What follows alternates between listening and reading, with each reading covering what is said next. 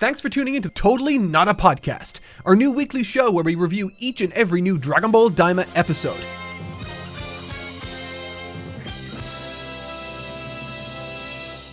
We're here. We're clear, and we are ready to digest the final episode of Dragon Ball. What is it, AJ? We gotta say the word. It's a podcast. It's a podcast. Yeah, there we go. I hate it so much. I hate you both so much, but also love you. And I didn't mean that first part. Anyway, hello everybody. Welcome. Dragon Ball Daima, episode 20, reaction, review, whatever you want to call it, the podcast. We're breaking it down here today. The final episode of Dragon Ball Daima. And it's a special one because it's not just the final episode of the podcast. It's also commemorating 1 million subscribers too. That's true. Look, Mark is so embarrassed. He's like, "Oh, don't bring that up. Oh, I can't do praise." Look, we won't praise you. We'll praise us. We brought you over the finish line. Thank you. I appreciate it. We're definitely needed a lot of help. Yeah. Good fun. We also brought you a special welcome image that Trev and I drafted up that we thought would be fun for you. Trev, of course, did the phenomenal Super Saiyan 4, and I did all the especially mediocre Kid Goku. But that's fine. It's not mediocre. See, you're being self-deprecating and undervaluing yourself. You're just like me. You're like me, AJ. He's just like why we for real. work together. Only a lot more hamster-like. He's like you, but hamster. Yeah, exactly. So, okay, because this is the last episode, and this sort of, I think we're going to go a little bit more freeform, more general with this. How do you guys want to start this one? Because you could go the angle of, how does this feel with regards to the entire series? How do you feel about the series in general? Or do you want to save that for the end? Yeah, so we'll talk about the series as a whole at the end. I think we'll do a temperature check on the episode, and I'm going to go first, okay, because... Okay. You, of course, especially Tyson, I believe, have spoken about, with episode 8, I felt like a child again. I was grinning. I was jumping out of my chair. I was smiling. I was crying. Everything was great. It was wonderful. That, I think, was me with this episode. I felt like a real kid throughout most of this. The action is cool, but I think so much of the way that it wrapped up just brought all of these just fun feelings to the surface for me. Yeah. He's having feelings again, everyone. I know. Wow. I'm no longer dead inside. It was a really fun wrap up for me. I've been looking online. I've been seeing a lot of chatter, a lot of people really loving it, a lot of people very disappointed with a couple things. You guys know how I feel about the series and everything leading up to it. That's not been a secret. It was honestly more of the same as last week though for me. I was like a little kid watching this episode. It was really fun. First half of the episode, I was just like, wow. Just like laying back, just staring at it. It was just an incredible feast for the eyes. And then, obviously, we're going to get into it, but there were some specific scenes that really, made me laugh, made me feel like really nostalgic again. And there was even an entire scene with animation, the likes of which that I have never seen before, didn't know I wanted, and definitely would like more of in the future. And it's sad that it was relegated to the last scene of this episode, but still, anyway, I'm sure we'll get into it. I was very high on this episode. I really liked it. Interesting. Now, Tyson, where do you stand? I thought it was a good episode. I enjoyed it. There's some nuances to my praise that I'm sure we will get into as we go on. Some things that I wish could have been a little different, and some context that I wish could have been a little different. But overall, I mean, what more? Great action, and then especially great wrap up. I really, really, really enjoyed the back half of this episode more than the first, honestly. Really? Okay, that's interesting. Well, I can kind of see why. Yeah. Okay. And overall, I enjoyed it. Nice, good. So we're all pretty positive. Yeah, I'm sure there will be nuances as we. I'll be definitely sure to pick a fight with somebody at some point during this. Yeah. There will be. And then everybody will claim that we're nitpicking and biased, and that we hate everyone. Naturally. I look forward to it. Yep, of course. Yep. Rite of passage. All right, jumping in. We, as always, kick straight off from where the last episode ended directly. This is one big movie. The past couple episodes have just been one big movie, and it doesn't stop. We go straight into the action. Shida from the get-go. Wibbly wobbly madness. Then some Takahashi. Then just, lot of great stuff here. What I think is perhaps my I was going to say favorite, but one thing I definitely noticed for sure, and one thing that I think is to this first half's credit, is how dense it is in fighting, but more so how it doesn't rely on dialogue or anything. I'm not even sure. I did want to go back and count the amount of words that were spoken in this first half, just to kind of like, like further emphasize my point.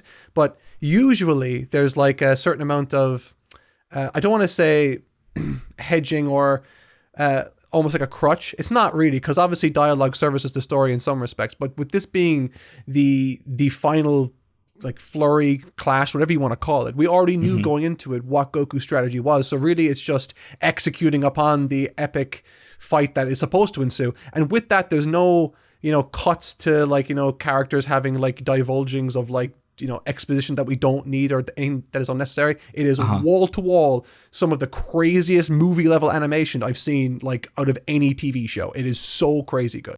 Yeah. I think what's funny about it is that, I adored it when I first watched it. I watched it again and I was like, actually this is like fairly lengthy without dialogue, as you said. And I was like, I'm not sure how I feel about that. But then I was thinking like, we've spoken so much about how Diamond might feel in a binge context and how these past couple of episodes, especially, it felt like a movie. And I think like in the context of watching this probably back to back with 19, I think that lack of dialogue makes sense because we've just had an episode that's all dialogue and build up. It's almost like you think about a movie, we've kind of like we've built up to that point and then boom, we're jumping into the action for several minutes before we're back to dialogue again. So I think like in the context of the episode in isolation, I could absolutely see criticisms of a lack of dialogue, but I think in the context of like the show as a whole, it works. Well, like there's nothing really it's stunning stuff. Yeah, there's nothing really to exposit, really. I mean, we already know what the plan is. We already know what, like, Goku's going to do. Like, everything really, like, the chessboard is set. All there has to be done is just do the move, and he's doing a bunch of cool moves in this episode. Yeah, the art was just insane. Yeah. I will say, and look, I said at the outset that I really like this episode, so the fact that my criticisms are at the beginning are just a coincidence. If the stuff was at the end of the episode, I would have been able to save some of this for the end, but it's at the beginning. Okay. So forgive me. But I did like the like general lack of dialogue. I don't think any of it was particularly necessary. I will say my main problem with the first half of this episode is kind of in the context of what came before, where we've spent like 2-3, I don't know how many episodes, basically like ad infinitum doing the loop of and then they beat Goma's ass, but then he does the eye, so he gets stronger. And even that aside, just last episode we did an episode of and then Goku goes Super Saiyan 4 and absolutely beats his ass. Obviously there was some stuff that happened afterwards, but all of that context here made this fight a little bit less exciting for me in that it was just kind of more of the same. And even some of the fighting was a little bit more of the same. I mean, let's be clear. The action and animation was fantastic. But if you go back and rewatch the episode, which I just had to do to put together this slideshow for everybody, I was surprised just how often that the fight went back to the move of like, and then they charge at each other and they hit each other's fists, and then Goku beats his ass for a little bit, and then they go away, and they come back and charge each other and hit each other's fists, and then it does that a few times. Yeah, I don't know how you feel about this, but like obviously a villain, like a fight is only a fight with Goku is really only as good as the villain sometimes, and there's not really much that Goma brings to the table other than just I'm regen, I'm back to full health. Reset, so to speak. He doesn't really bring any sort of fighting prowess. He doesn't really bring anything other than maybe some psychic stuff that Frieza's done before. Do you think that was part of it for you, or? I mean, yeah, that's definitely at the root of some of why this has to happen, I think. I mean, some of it just comes down to, I don't think it feels so silly saying all this because like the fight is really awesome, but really like I think maybe they didn't quite end up just synthesizing enough interesting ideas in terms of like action choreography. I can bring as it far more, as more broader, I think. Where like so, obviously we had the fight with Kid Goku, which great, lots of cool ideas. Then next episode is like Vegeta stuff, and then Goku powers up, and then this is the big debut excuse me, of adult Super Saiyan 4, and so we do stuff there. I think all of the action looks amazing, and I had a great time with it. I think where, I suppose, if we were going to criticize stuff, it drops a little bit for me, is that this is a fight that is buying time for Piccolo to jump into action, which was the interesting sort of concept for this final portion. But I would say that a lot of that is kind of forgotten. Like, I will fully admit that while watching episode 20 for the first time, I was like, did they forget about the plan? What are we doing here? It didn't feel like that idea was quite integrated super well into the fight. But yeah, Well, I mean, I think it's hard to criticize it for me, because I just think, like, as a visual piece, it's great, I think. But you're completely right that, like, with the way it ties into the narrative, it's not as strong. But I think really what all of us are sort of dancing around and, obviously to varying degrees accurately pointing out is just, I think this more than anything is just a symptom of, like, us not really vibing with Goma's character and him not really offering the scenario very much to work with. Like, you could, like, if you put it in like a Cell or a Majin Buu or a Frieza for certain, there would be some sort of like a narrative ruffle that would take place that would impede Piccolo from doing something, because either the person's being conniving or has used some outstanding ability that might prevent him to do something. But like with Goma, we've already voiced criticisms of our Goma's character and what he's brought to the story, or not really brought to the story. But I think for me, and the reason why I haven't really kind of like spoken about it in my opening, like description of how I enjoyed this episode, is mostly just because I've tread that ground already. People know already how I feel about how the narrative progressed towards the conclusion.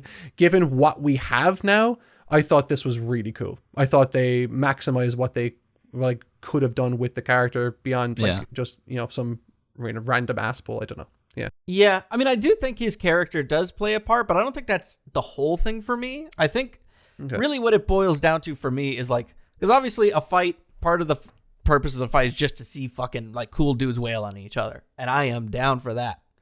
But it's also, Mark, you above all people should know, a fight is also there to like tell a story of like a relation between these two people. And if you, I think what it boils down to for me is, think about how you would describe what happens moment to moment in this fight versus our favorite example, episode 8. Because I think those two compare well because they're both fights that don't feature a lot of talking. Like, Tamagami 3 is not a yapper. So they both are fights that are fairly quiet.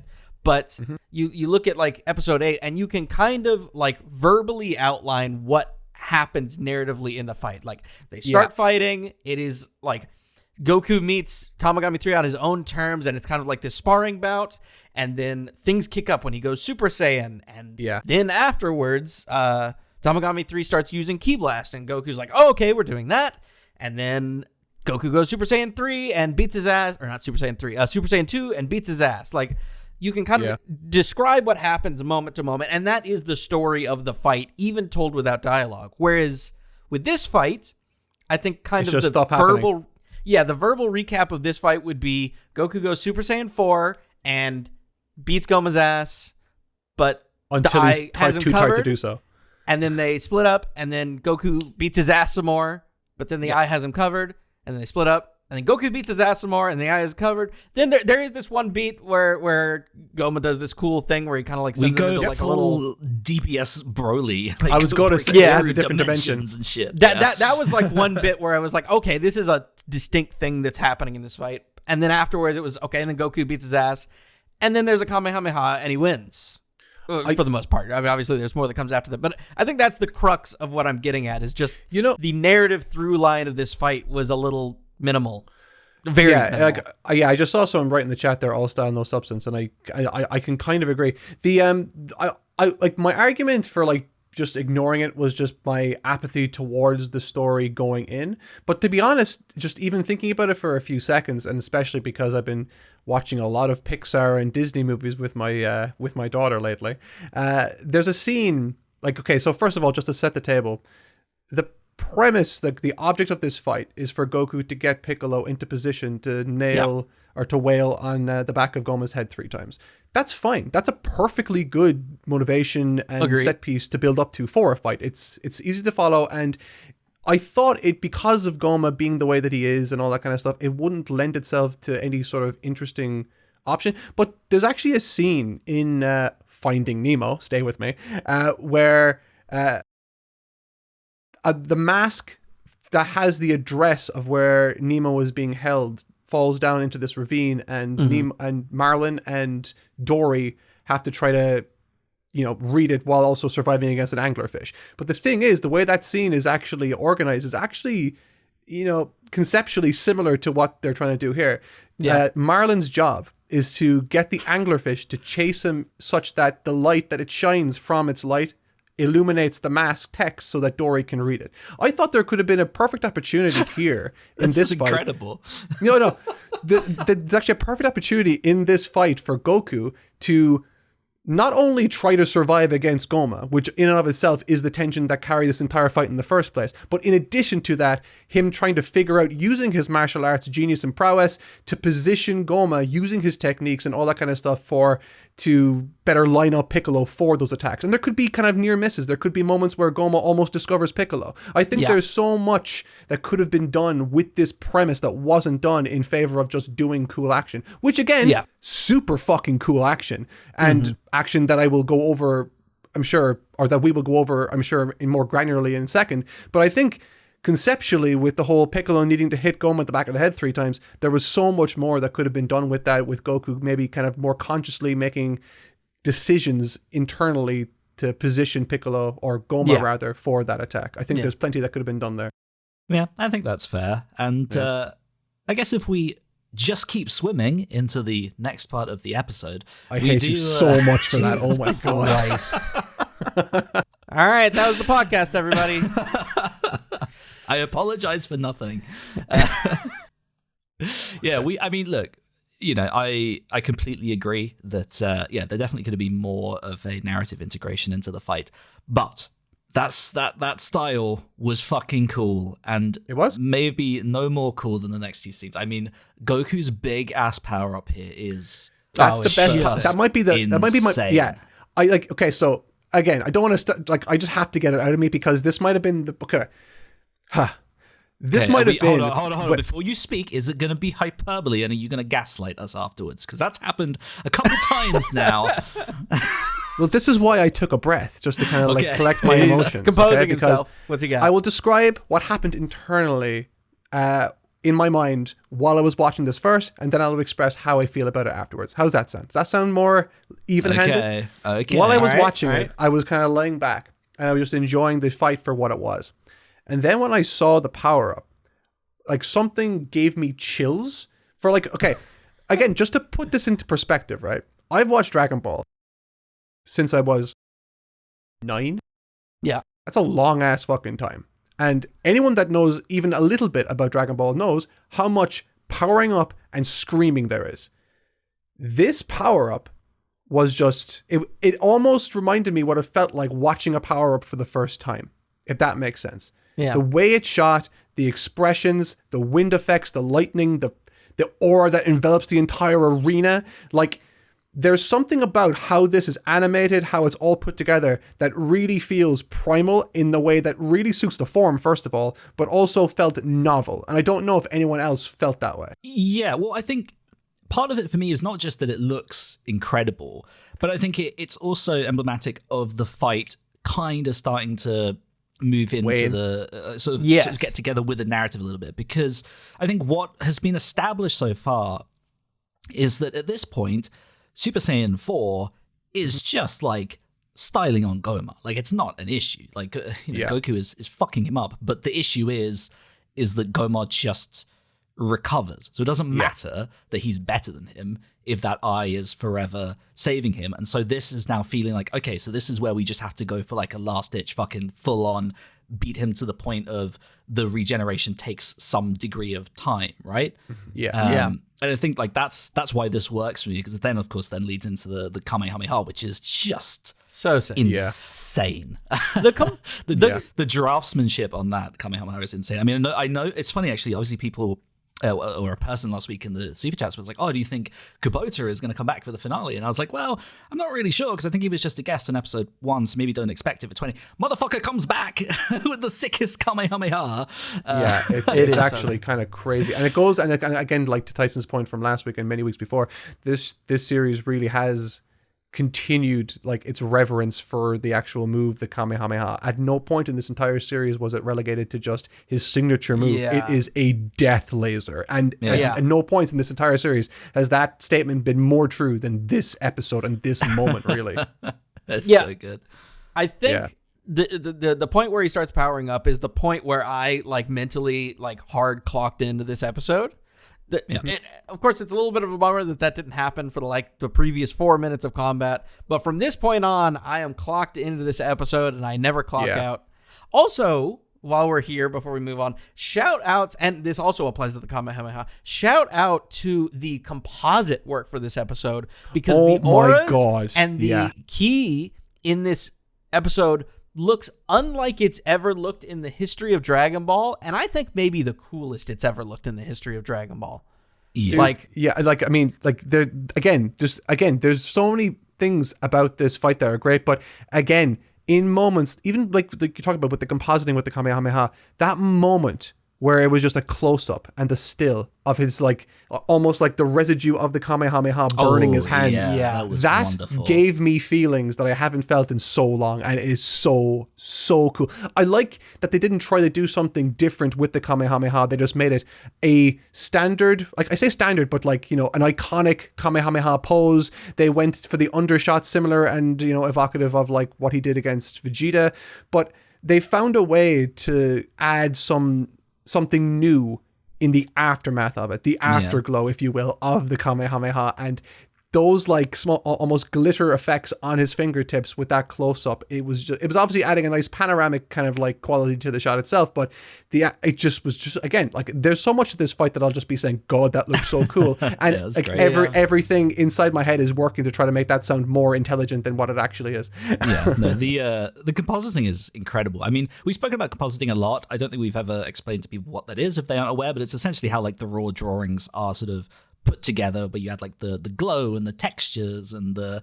you know, various effects and whatnot, you know, to the color drawings. And, you know, one of the biggest issues in a lot of modern Dragon Ball, particularly Super, is that when you start throwing in all of these auras and these glowing stuff and beams and whatnot, like it becomes so unreadable, and it becomes overwhelming and ugly. Like you think about oh my God, what is it called? Super Saiyan Evolution. I'm already on it. Don't worry. Blue Evolution. That's it. Truly just like the ugliest, most unreadable shit ever. Whereas Daima has had its compositing down on lock, where like, you know, there is so much going on here, but all of the animation shapes are completely readable. You know, there's real contrast to everything that is happening. It is just textbook. And it comes together so well with the incredible like effects work for the scene too. Like the composite mixed with the effects work, the way that the Kamehameha's beam is drawn as this like super inky, like brushy stroke, rather than like what you've seen basically every other time you see a Kamehameha, where it's more, I don't know, smooth. It almost looks like you could rub up against it and it's smooth. The really inky brush strokes of this just look so cool. I can't believe how cool it looks. And it has almost like a very analog textural element to it. Yes, absolutely. There's a lot of very like analog texture between this and some of the aura stuff throughout the episode. A lot of the effects work almost looks like it was like shot on cell, which obviously it is not, to be clear. It does have that like analog, almost texture, old school look to it and texture. And man, it's so cool. It is very cool. Yeah, definitely. Yeah, I mean, Mark's absolutely right what he said earlier on about how, like, the Kamehameha has just been given so much respect. Like, I think so often it can be treated kind of like a video game move that you just spam, right? Whereas in Daima, it's felt so special. It's been reserved exclusively for incredible moments. And I think that's helped it really, like, regain its iconic nature that it, of course, had in the original series. It's Absolutely, it's so good. And it's like used interestingly, or like it has an interesting effect too, because like not only does it pierce through Goma, but we also see it blow through all 3 of the demon worlds, which is so obviously awesome. Yeah, that might actually, you know what? When I was watching it, I think on a narrative level, regarding the entire fight, I think that was probably the most resonant for me. Yes, it was like 100%. it was like the one moment where I kind of felt like everything really came together, that Goku was the great unifier by virtue of him being who he was, and that move, terrifying as it was what ripped a hole through the wall that was separating all these different all these different unified areas. The realm. The great unifier of the realm. But like, it's just like, as soon as I saw that, and like the fucking, what was it, like the demon realm number 2, the Namek, the ocean water flowing through that, like as a visual, that is ecstasy. That is so satisfying to watch, because obviously there's the implicit symbolism of him, like, unifying everyone by virtue of like a killer move like the Kamehameha, but then you just got like the visual kind of like, it's just, you're like, that makes sense. They're all like, it's like a big onion, it's so fun to watch. And again, this was another one of those moments where, like, the use of the Kamehameha delivered a result that was genuinely surprising, and I was like, oh yeah. It's funny thinking about that too. This world being like a big onion, and Goku physically demonstrating that by busting a hole through all 3 layers. Yeah. If you think about it, that like physicality of space is kind of like explicitly represented in the narrative of Daima. Like, if you think about it, if this is like a onion, if this is a ball shape with each layer inside, the smallest world is world 1. That's the world that we spend the least time in and seems the smallest. The second world is the second smallest, and we spend a medium amount of time. And then by nature of how that works, that means the third demon world is the biggest, and we spent the most time there, and it felt the biggest. So I mean, it also kind of feeds in. It also kind of feeds into the proportionality of like a class system that the early part of the story was kind of going for. So yeah, no, yes, 100%. That's great. Well, it's a great moment. Now that we've ascertained that Daima's world is like an ogre, and ogres are green, Shrek is green. Speaking of green people, Piccolo jumps into action. Well done. Now that's a segue, boys. I'm on fire today. Onions aren't green though. For the triple attack, and he gets the 1-2, and then he gets smacked because Piccolo can't do anything. Damn it, Piccolo. To be fair, I will say, Piccolo would, of course, be the person Goku would assign this task to, so that all makes sense. Vegeta isn't in position to do so because he's, he's zoinked out thinking about Bulma's tits in the bath or something. So, like, realistically, it had to be Piccolo for Goku to choose, but at the same time, narratively, you don't want the plan to go exactly as it's supposed to go. No. And so there needed to be something else. I will say, I a little bit wish that the way it went awry was a little bit more interesting or clear. Like, it was kind of just like, I don't know if the implication was that he did hit him or that he just kind of like his arm flailed against him as he was falling down. It was a little unclear.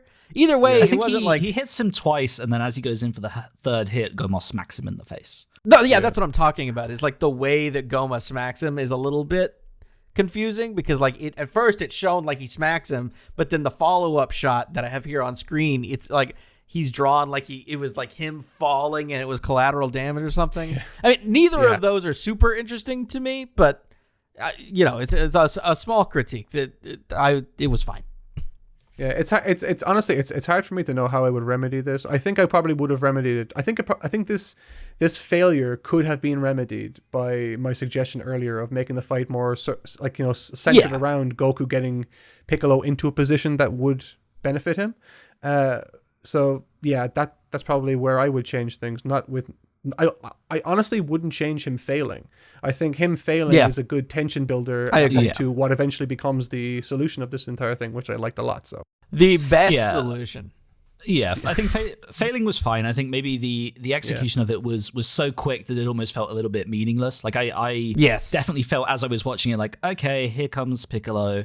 Yeah, he's got 2 hits in. He's definitely not getting that third hit in. And I think had it maybe been woven more closely into the battle that preceded it, it would have felt less by the numbers. But again, as I said, it's a small nitpick. It's fine. Ultimately, it's in service of a much cooler moment. Yes. 100%. The one and only Majin Ku. I am the one and only. With the magic book that happened to not just be the solve through text, but also the solve as a weapon. No. Like this, he was the perfect. Okay, I think in your mind, AJ, there were two people that this could have been. One of them was Ku for sure, and the other one was. I needed to be Hybis, and it wasn't Hybis. And if you remember what I said last week, the show was going to gain points if Hybis had got the final hit in. Alas, the show must lose points. They have done Hybis dirty here. He had the hat. He could have thrown it. I think it makes way more sense for it to be Ku. I just I do agree, and it's so fitting as well because his entire shtick, the entire series has been him sort of being useful to great degrees, but sort of going unnoticed. And so this was his one big moment to sort of drive home to Arinsu that you see, I can do stuff. I can be useful. Look, see, I did it. And I just thought that was such a cute kind of way to kind of have the entire thing land. I honestly couldn't have found a better. This was a nice. It felt enough like Dragon Ball Z while also harkening back to the goofy way the first arc of Dragon Ball ended. It was just a nice blend of those two philosophies, and I think they really hit the mark in the sweet spot for me anyway with Ku for sure. I think this moment and this whole episode is such a extremely good example of. So if you think about the projects that Toriyama has worked on in modern Dragon Ball time, obviously he's had some hand in pretty much everything, but we have a pretty good idea of what he invested more time in than others. And it obviously, Toriyama's comedy is always on point, and that's something he's always going to be bringing to the table in spades. Yeah. But another thing that he really just doesn't miss with is developing interesting characters, especially side characters. Yeah. Every single project that he's invested a legitimate amount of energy into in Modern Dragon Ball has introduced us to new characters that are just not only amazing, but could have always been here. Like, obviously, Battle of Gods, we got Beerus and Whis, who immediately fit into the Dragon Ball world like they never weren't there. Then you think about Broly is maybe the weakest example, but the way he managed to weave an interesting character relationship into Broly and Paragus is obviously worlds above anything before. And then Superhero, you get the Gammas as well as some of the Red Room and Armin characters and stuff that are all just such a joy to watch. Every single time Toriyama takes an active hand in a series, we get new amazing characters that take 5 seconds to invest in. I think everyone here would die for Ku given the opportunity, or Hybis, or any number of characters. It's just he's just so good at character work, and I've always loved seeing the characters that he comes up with, and I love them in Daima too. Yeah. No, Ku was the perfect person to have. Was it obviously again because he's the one that this is kind of skipping a little bit later, but the fact that it all leads up to him being the one that deals the finishing blow means that he's the one who defeated Goma, meaning he's the one who becomes the king, and the alliteration then of King Ku. I don't know why we didn't think of that. It's just it got a perfect ring to it. So it does.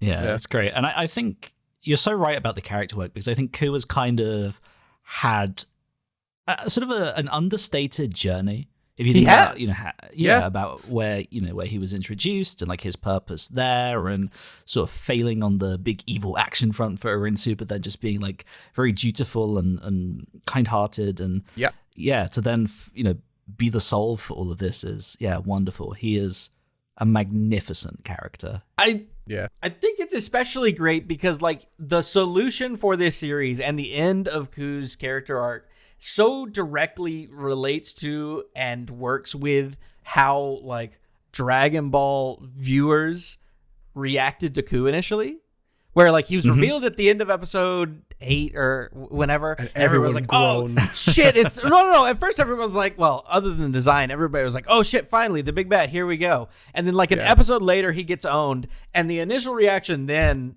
from a lot of people was like, "Well, what? This guy sucks. Fuck this guy." And then understatedly here and there, and then finally as it crescendos here, we get his character arc, which is, you're stupid for hating on Ku. Who cares if he's not that strong? He's sick. He's smart. He's funny. He's lovely. Any girl would be lucky to have him. And that's like how this resolves. I think it's great. Every girl would be lucky to have him. Jesus Christ. I'm sure that there's a little female Majin who would have a crush on King Ku. Come on. I mean, I'm shipping you and Ku at this point. Yeah. That was an impassioned speech. Although I would say it sounds more like something a mom would say. So, but he's already got a mom, and I do feel motherly towards Ku. Yes. That's fair. That's fair. But yeah, I mean, on the polar opposite end of characters, the person who does crush the eye is Glorio. Yeah, and the way it just kind of like the all the wide music shot, cuts, the wide shot, and all the music cuts, and it's just yeah, just so anticlimactic on unceremonious purpose in the best way. Yeah. yeah. That's very Dragon Ball again. Yeah, again, that just feels like something that Toriyama would have just written in just to kind of yeah.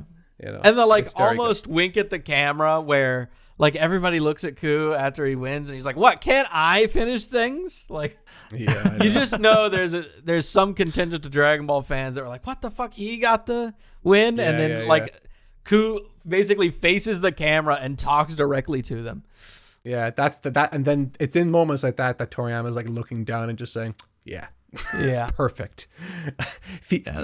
All that hatred you're feeling, perfect. True. It's like that. Yeah. I really like this wrap up. It was a very feel good moment. It was like the first of the many instances in this back half of just like real childlike enjoyment for me. You know, from everyone, you know, congratulating Ku to Goku's big goofy smile.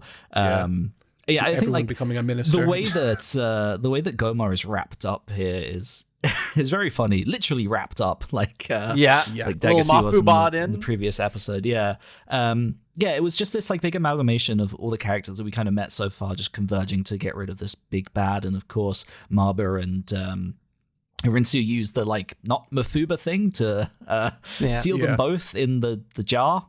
I will not make the obvious joke there, but they do get put in a jar. They do. Yeah, I thought it was a fun little wrap up for them. I'm just happy the way that they all got to spend time together as well. Like, you know, it wasn't just like exile, isolation for 1,000 years. It was, you know, or was it 100 years? I can't remember which one it was. Well, this is where the fun joke comes in. yeah, because it's originally 100 years, and they're like, well, you didn't try and kill Dende. We'll make it 99 years, which is also almost exactly the way that, minor spoiler alert for the anime arc of Sandland, that its anime arc wraps up almost the exact same way, where at the end, Muniel, like, or whatever his name is. It was Muniel, right, AJ? The angel, yeah. Yeah. At the end, they're like, oh, you're getting sentenced to this for X amount of years. And he, like, pleads his case, and he's like, all right, fine. It's X amount of years minus 1 plus 364 days. And it's like almost the exact same joke. So it makes me feel like both of those were, like, Toriyama moves. Yeah, for sure. Yeah, for sure. Yeah, that was a lot of fun. You know, we obviously do like revisit the outcome of that sentencing in the ending, but from here we move into, as Mark spoke about earlier, the next Demon King, and wow, his anointing of all his different ministers that seem as frivolous as nothing. So good. Everyone got to become a minister, even Do, but not Hybus. No, very sad. I'm upset about that, and we'll talk about that. But yeah, I enjoyed the revelation that, you know, whoever defeats the previous Demon King will succeed, and it's just like, you know, he gets it on a technicality, and I think it's one of those unexpected moments that just like clicks and immediately works, where it's like, oh yeah, you know, it's the demon who was created for one thing, who kind of like defied, you know, the expected fate outcome, completely subverted it, and ends up as like a demon who represents, I guess, the good in that kind of person. His story was what Goku's was before it was changed in minus. Yeah. I do want to bring up an issue I had here, and not the Hybus stuff. We'll get to the Hybus stuff. But I will say, I found the way that Arinsu is treated here to be odd. we've spoken about Arinsu's characterization a little bit over the past couple of weeks. Mainly, they tried to sort of make her out as a serious villain, but then it wasn't really a serious villain. But then she'd also done some like genuinely heinous stuff, like playing a part in the entire subjugation of World 3 with the necklaces. And all of that stuff is kind of played off as like, oh, but she's got a good heart and that she could be the demon king. It's like it's a slap on the wrist, as if she kind of like, you know, chewed with her mouth open or something. Like, you know, it was It's like, here's the thing. Dragon Ball is obviously not the kind of story, at least especially these days, to deal with that kind of thing. But don't do it. I think to have like included that and then to have not done much with that character-wise is odd. I wouldn't say it was like a major point where I'm like, oh, this episode's fucking ruined, but it was like a little eyebrow raised moment for me, like, oh, okay, that's a bit odd. Yeah, no, it definitely didn't feel right. Of all the different, like in the same way that you were saying that Ku felt so right for this moment, that equally felt wrong. Sure. Yeah. The whole Arinsu thing, just her being his assistant now, or, you know, helping him serve, and just like vice wasn't that like, you know, one of the main motivators behind like, we gotta stop her, we don't want her to be in power. And it doesn't seem like she's changed her, like, you know, her goal with what she wants to achieve with the demon realm. So I'm like, what's happening here? So yeah, it did feel a bit inconsistent with the way it was presented, for sure. It's definitely a little messy. I would say probably the messiest part of this like King Ku stuff. But oh yeah, comfortably, yeah. It's hard to know what to say, because the nuances of her character relationship with Ku and Du have always been interesting, but also always been a bit unclear. And it kind of seems like, I don't know, in many ways Daima is a show of two halves. I think we all agree on that. And it's got layers, like an onion. True. And the Ku, Du, and Arinsu stuff seems like it might kind of be a plot thread that lives in the bridge between those two layers, those two phases of like what Daima was supposed to be. And so I think in some ways it really landed, like with the Ku and Du stuff, and in some ways, like kind of the nuances of Arinsu's character, it got a little bit lost in the sauce. But like, I mean, like it not only did it get lost in the sauce, it asks us not to have paid attention and to ignore what she said before and what she's done. And I think and I don't like that at all. I think if you're going to like, I think we even discussed it, that we were like really pleased with the inclusion of such sort of like the subjugation and the nature of it, of Demon Realm number 3 was really interesting. I thought that was like really cool. And I thought, oh, wouldn't it be interesting if they did something with that? And it never came about to be anything. And I thought, surely they must be doing something with this. And nothing ever came of it. And this is the proof. The proof here is that this particular moment, I bet you if I was even talking to like the writer of this, they would say, yeah, the fact that she had done all that sort of inconveniences this particular thing that we want to do for this scene. And I don't, and I like, you know, it just, again, this is just kind of, it just screams that this feels very much like a first draft. This would be a kind of a thing that you would remedy maybe on like a second or third revision, just to kind of like iron out a few kinks. Like you were saying, it was an interesting thing to include early on, but isn't something we really see in Dragon Ball. And if we're going to go this route with her being like, you know, an assistant to Ku and co-king, queen, whatever you want to call her, then you need to nix whatever happened in the first half of the series. Yeah, because all of the stuff, which admittedly there isn't that much to begin with, but all of the stuff that kind of paints Arinsu in a very different way that conflicts with this is in the first like 8 or so episodes. And so that's, again, very much like what you just said. That is where it feels like because we know via interviews at this point that they started production on this anime before the story was finished. So just insane. That is such an insane thing to do. Like, as someone who, like, you know, AJ loves the visuals, you like the music. I'm like, and we all love story. But me, as someone like, I adore the story so much, and it's my bread and butter. It's a thing that I focus on. I honest to God would listen to a Dragon Ball radio play. But the like like the fact that they would put so much love and care into the visuals before they had the story is. What? I don't think there's anything wrong with that. Like you make it sound there is. intrinsically. 100%. No, there is. No, because I'll tell you exactly why. There's no Dragon Ball anime that has ever been done any other way. I understand, but because this has I understand that argument, but the proof is in the pudding here with how this particular thing ended.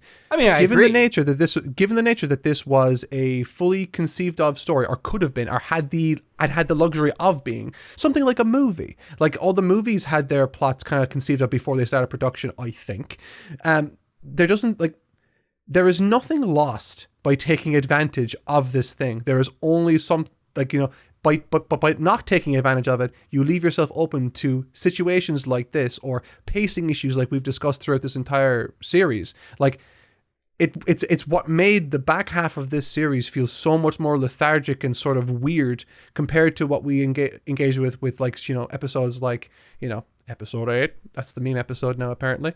But from coming at it from like a narrative standpoint and beginning production early on before you even know where your story is kind of going or finishing or the specifics of it, it's just asking for moments like this. It is because like when you get to finishing the story, writing it, you'll go to your kind of like animation team and say, how far are we?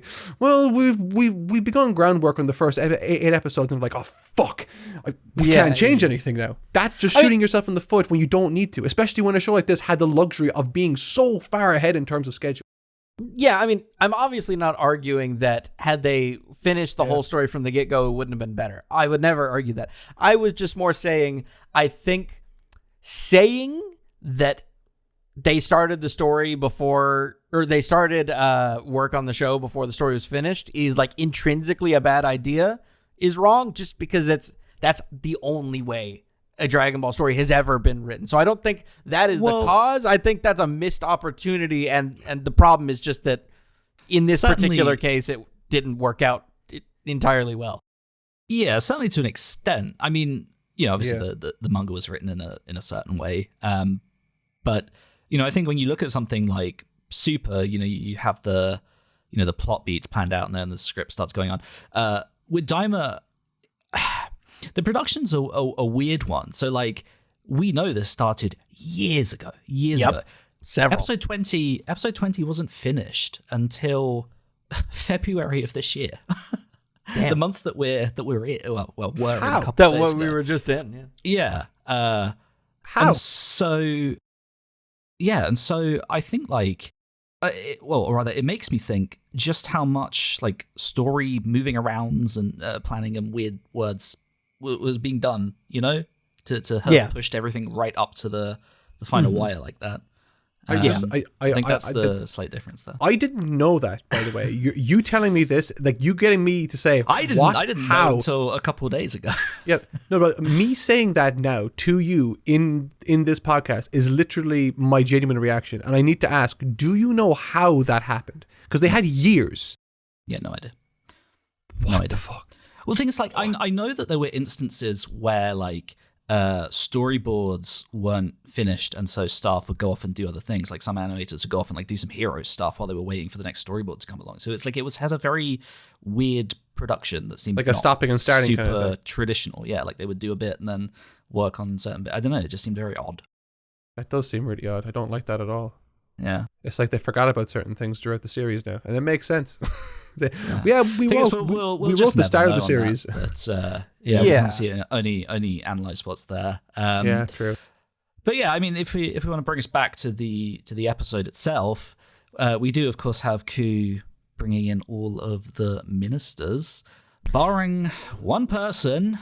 You can see my face right now. It is a face of just upset, just pure sadness, heartbreak. Mark, I'm interested to know how you feel, because I really enjoyed this bit of Ku going around and giving everybody a car, basically. He was the big Oprah Winfrey of the whole thing. That's a dated reference. I mean, like, I knew it was all building up to this thing with someone. I didn't know who it was going to be. But when it would turn out to be Hibis, I was like, oh, this is gonna be brilliant. I kind of was like, this is very funny, but I just know AJ is like, you don't like that at all. To be clear, I'm not like seriously upset. It is funny, but yeah, I mean, I like this moment because I think it's an important moment to have, because I think when you just throw someone like Do into the the Demon King position, and if that's all you do, then I think that leaves a lot of questions as to, well, does Do even like possess the ability to really handle such a complex realm properly? But in this case, it's like, well, okay, well now we're actually going to have representatives from all across the demon realm. Everyone gets to say, like, it's a real collective government. And again, it pays off some of the like subtle stuff that's been going on with Ku for ages now, where multiple times Ku has been shown as like the fail son strength wise, but like whatever he lacks there, he makes up for in his intellect and wit and like charm. And that has like totally paid off here, where it's like, okay, actually maybe he might be pretty good at this. Compared to some of the ones before anyways. Yeah. No, I mean, I think it was like, again, this was a scene that kind of like, for me, was just like them tying up the loose ends of, we're going to leave the demon world now. They're going to be okay. And this is what's happening now. And I'm like, yeah, okay. I was like down with it. They fit in some really good jokes too. Yeah. Like, obviously him giving everybody a job is funny. And the line where he's like, is it anybody else want to be a minister? That's funny. There's the shot directly following that where he asks anybody want to be a minister. It cuts to Goku. He raises his hand and you're like, what? And then Goku says, no, we're going home, which is funny. Yeah, that's great stuff. And then obviously the biggest cap joke of them all, just being completely ignoring Ibis's desperate request to become a minister. He was so passionate. Look at his little face. Oh, it's the most he's cared about anything. My AJ, little blob. Oh. I actually have a silver lining for this creative choice as well. The fact that he doesn't have to do ministerial things in the government of the demon world frees him up for future stories to join the gang. It's true. No, but he stays. True. He stays. And he's going to be stuck doing Kadan's bidding when all he wants to do is do ballet and get his hair done. He is such a vibe. He's a vibe. And he could have been a minister. He could have been the perfect minister, a very accurate minister, like many in the real world, who just enjoys the freedom of the position and does nothing but enjoy the luxuries of life. He would have been great for that. Oh my god, you're just describing him as like a really corrupt politician. I hate that. Yeah, what's your point? Yeah, oh god, that's awful. But yeah, that's not who he is. It was a good joke. It's fine. I will cope, but I love Hibis. Genuinely my favorite Diamond character. Possibly I think maybe my favorite modern Dragon Ball character. He's just so funny. I think I like. Failed to make me laugh. I used to think that maybe Hibis was my favorite. He's definitely a gold standard new edition, but I think my new favorite could actually be Ku. He's really up like there. It's between those two for me. Yeah. I don't know how to reconcile which one I like better because they're so. Well, I just like Ku great. Because I think he's a bit more complicated and can offer the story a bit more. Yes, and that's kind of how I'm kind of weighing it up. But obviously, no one can, was it better the immaculate vibes of Hibis? There's no comparison then. It's true. So, yeah, my unbothered king. Do you think he was? Do you think he was ignored because, well, he kind of caused this whole mess by giving away the belt? This is his comeuppance. Does Ku know that is the question? No, he doesn't have like the attention to detail, the skill, anything really. The only thing he's actually done to contribute to the story is drive the van. That's kind of like obviously then fucking up by bringing the actual Tertian Oculus to the one person that he shouldn't. Now, to be fair, he brought the B plot guys in. To be fair, he also did a very important task, which was having his hat used by Glorio to save Dende. Yeah, that was an important trade. Three layers of separation away, but it's there. That technically relates to him. Yeah, someone in the chat saying he carried the very heavy Dragon Balls. You literally took a burden off of the group. What a guy! He's a goat. He's the goat. Maybe. Yeah. He's fantastic, but he's not king, and that's okay. He's not even a minister, but I think that could be a good thing because he could show up in later Dragon Ball stories unburdened by the heavy weight of responsibility. I don't know about that so much, since it seems more apparent now than ever that Daima is, at least at a conception level, a separate side story and not necessarily meant to relate to Super at all. Yeah. This has been the talk of the town, where Goku and Vegeta talk about what is finally named in the show as Super Saiyan 4. We, of course, theorized heavily about where Super Saiyan 4 came from. You know, we initially thought, oh, it's probably like a thing from Never that like unlocked a thing in him, primal rage plus energy, boom, Super Saiyan 4. Not the case. In fact, this was something that he was training to do, and Never just kind of gave him the power to fulfill something he was already doing himself. We can talk about continuity forever, and I'm sure we will at some point. But I think for me, I'm not so much bothered by the continuity aspect of it. I don't particularly care if it connects to Super. If anything, me being able to go, well, fine, that's a separate Super timeline that I can ignore. Fine, is a good thing. What I think bothered me about this is that Super Saiyan 4 conceptually in GT is, of course, it's all tied to the Ozaru stuff. We literally have the Golden Great Ape, and Super Saiyan 4 is sort of a distillation of that stuff. Now it just feels like it looks different for reasons. It doesn't now follow the pattern of 1, 2, 3. This is no longer an organic 4. I guess that was the weird thing for me. Yeah. Anyone else feel it can be like, I think I kind of fall into the same line as you guys. Really, it's just when I saw this, my mind did like a 2-second thing of, okay, this isn't in the timeline of Super. Okay, and then just but it's the problem for me, because this and my complaints about the early bits of the fight are the worst part of the episode for me. And this, for me, the problem is not the continuity. I at no point in this show have I given a shit about whether this ties into Super. In fact, I'm glad that it seemingly doesn't, or could in theory not tie in. The problem for me is just it is a really lame answer that doesn't make a whole lot of sense and is a little stupid.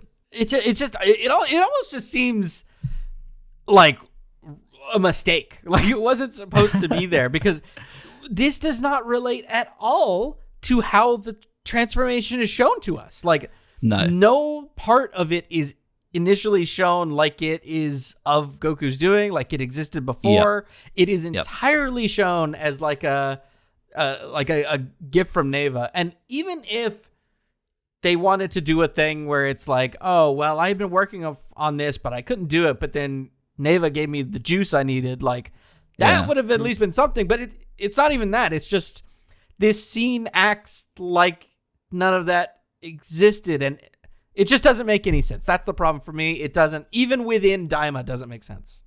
Yeah, so I have a couple things to say. I think one is that I find this odd because obviously I've been able to see some of the production material in the storyboard for episode 18.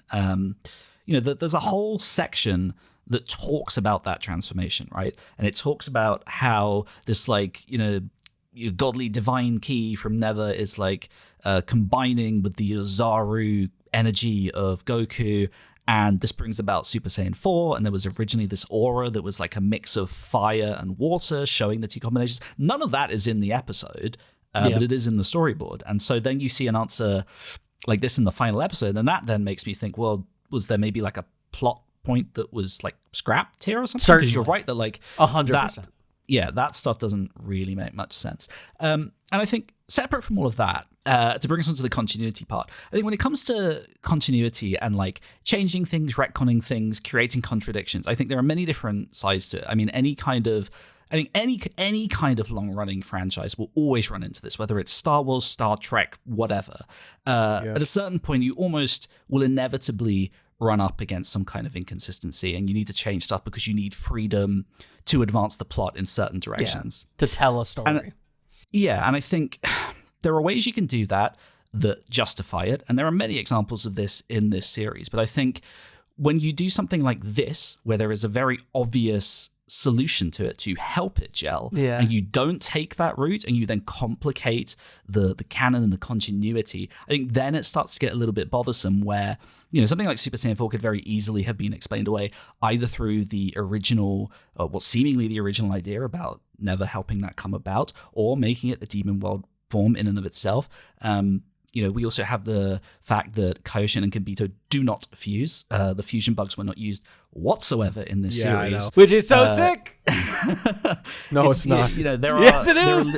There are small things that are so easily fixed and they are not included. I think that's at the point where I understand people's criticisms. It might not have bothered me personally, but I think it's a very big head scratcher, you know? I will say, though, that, like, obviously I don't know the specifics of the dialogue that went into the exposition of, like, you know, Goku's revelation here regarding Super Saiyan 4. But looking at what you have here, it seems like a lot of it is kind of like there's, like, a lot of room for, like there's not a lot of information here. It just says that, like, Boo was really strong, so I trained a lot after fighting him. I wasn't sure if it would work, though. That doesn't even necessarily imply that he could change into Super Saiyan 4. No, I think the unspoken implication here is that this was something he was trying to do and couldn't, and what never did help to bring it about, which I think is, like, okay as something that's implied, but not. I'm just trying satisfying. I think this could very easily just be like another one of those Toriyama things where he just doesn't need to explain it now, and like with the time, you know, is. You know. Yeah, there's a very famous, well, it's not famous, I guess it should be famous. There is a quote, I should say, from Toriyama that came out around the time the Resurrection F came out, in fact, where he was talking about continuity. And he said that, you know, he always feels bad for screenwriters or just writers in general who do Dragon Ball things because they feel a real allegiance to the story's canon and its continuity. They really have to care about how things piece together and try not to break stuff. And he said that, like, as a creator, he doesn't really care about this. For him, he feels he has the freedom to just kind of do what works for him and what fits best. Obviously, you can have your feelings about an author not caring about continuity, but I had that interview pointed out to me the other day, and I read it and I was like, well, I think that makes so much sense with how he's approached quite a lot of the modern material. It's just about, like, is this a cool story? Not necessarily does this also gel with so much of what came before. In a way, I can see where your issues are with this, or where some people's issues would be with this. But even like, maybe I'm misunderstanding your arguments, but like from my my perspective, Goku didn't know what Super Saiyan 4 would look like when and if it would be achieved through his own power. He was given, it could very well be the case that he was given the ignition for this transformation here and now, and it just happened to look this way. And it could look this way for all the reasons that we initially thought it did. There's not really enough information to say definitively one way or the other. So I can understand why some might be upset with them not leaning into the solution that we all thought was the way it was going to go. But that doesn't mean that it isn't the way that it, you know, is going to be described, or maybe it'll be described a better way, or maybe they're going to do something with that later. Who knows? Like, there could be a lot of things done with this transformation into the future if they did want to do it, because they don't really say definitively anything, even in this scene. Like, Goku alludes, like, Vegeta's the one who assumes that Goku was keeping this a secret and that he could transform, but all Goku really says was that he trained a lot and couldn't do it. He didn't say he couldn't do it. He said he wasn't sure if it would work. Yeah, so, like, he wasn't sure if it would work, implying that it could be that he knew how to do it or he didn't know how to do it. And so there's no information really given. So it like, I think people might have been looking at this and being upset because it made it more vague than they wanted it to be. Or maybe they're just assuming the worst. I'm not sure. It's not that it's more vague than it wanted to be. It just doesn't make... It just isn't satisfying and doesn't make a whole lot of sense. That's really all it boils down to. Well, I mean, like, it doesn't gel with anything that we've seen of this before, and it's not satisfying in its own right. Like, but does it need to gel with what we've seen before? I don't think it does. Does a story need to gel with the previous parts of the story? The transformation. Yes. No. That's not what I said. The visual representation of this transformation, there is definitely a motif, a stylistic motif with Super Saiyan, but I think the circumstances through which this was obtained are novel enough to at least offer a potential explanation as to why it looks different, as there's no actual reason given for, I'm not talking about why it looks the way it looks. Yeah, I think the point that we're driving at is that like you can absolutely sit here and like headcanon various ways to make it work, and you can kind of just about make sense of it fine. And at the same time, we're also not asking to be spoon-fed, No, of course. Sorry. Maybe I just misunderstood. I just don't know. I think it's more that just like it's kind of quite an essential thing that is hand waved away in a line, and is also then followed up by a joke. I mean, the joke is good, and we'll get to that. But yeah, importantly, it's not just that it's hand waved; it's that the means by which it's hand waved is stupid, for lack of a better way to describe it. It actively fights against other things that have been established and just doesn't make sense within the story itself. Again, I'm not talking about any like continuity stuff. I don't care if Daima links up with Super at all. I'm just talking about within the context of Daima. It doesn't make very much sense. It's not satisfying, and it's kind of silly. And perhaps most importantly, unnecessary. Like, you could cut this scene and all would have been well. We could have just left it vague at like. But there are loads of scenes like that in Dragon Ball. There are loads of scenes like that in Daima, though, where we could have cut that's not the crux of my argument. I'm just saying, like, it is this silliness, this foolishness didn't have to be. It's not like they had a problem that they need to solve, and so that this was their solve, and it wasn't necessarily very organic. There was no problem to solve. They invented a new thing to fall flat, and it's just kind of a bummer. Again, just the whole way that I read this entire situation was just they like Vegeta asked Goku, did he know about the possibility of a Super Saiyan 4, or was he keeping this? Goku says, I trained to get it, didn't know if I could do it. There just wasn't enough here for me to be upset at, really. I mean, if it upset people, fine. That's I would fine, say it's probably the most thing that has upset everyone next to the lack of No, I get that. I've definitely seen that, for me, it's neither. To me, it's definitely not good, but it's just kind of nothing. Yeah, I mean, I wouldn't have wanted it to not be acknowledged at all, because then we just end up doing fucking Trunks Super Saiyan Rage again, and I would bash my head through a wall. So I'm glad that it was mentioned and named, but I think it could have been explained with a little bit more theming, reason, connection. Connection with what was already shown. Yeah, a little bit of something. But you know what? Just anything. It's fine. Whatever. Yeah, it did at least facilitate an incredible joke with with Vegeta, where Goku reminds him like, "Hey, you turned Super Saiyan 3," and Vegeta is just having none of Goku's naming schemes. Just no, we're calling it Ultra Vegeta 1. That was a good like, joke. What the heck is that? Yeah. Yeah, I really like that. I'm more a fan of calling it Ultra Vegeta 1 instead of Super Saiyan 3 than I am the explanation of Super Saiyan 4. That's fair. Yeah. I do like the use of Ultra being attributed to Vegeta a lot now. What do we have? Yeah. Ultra Ego. Yeah, Ultra Ego.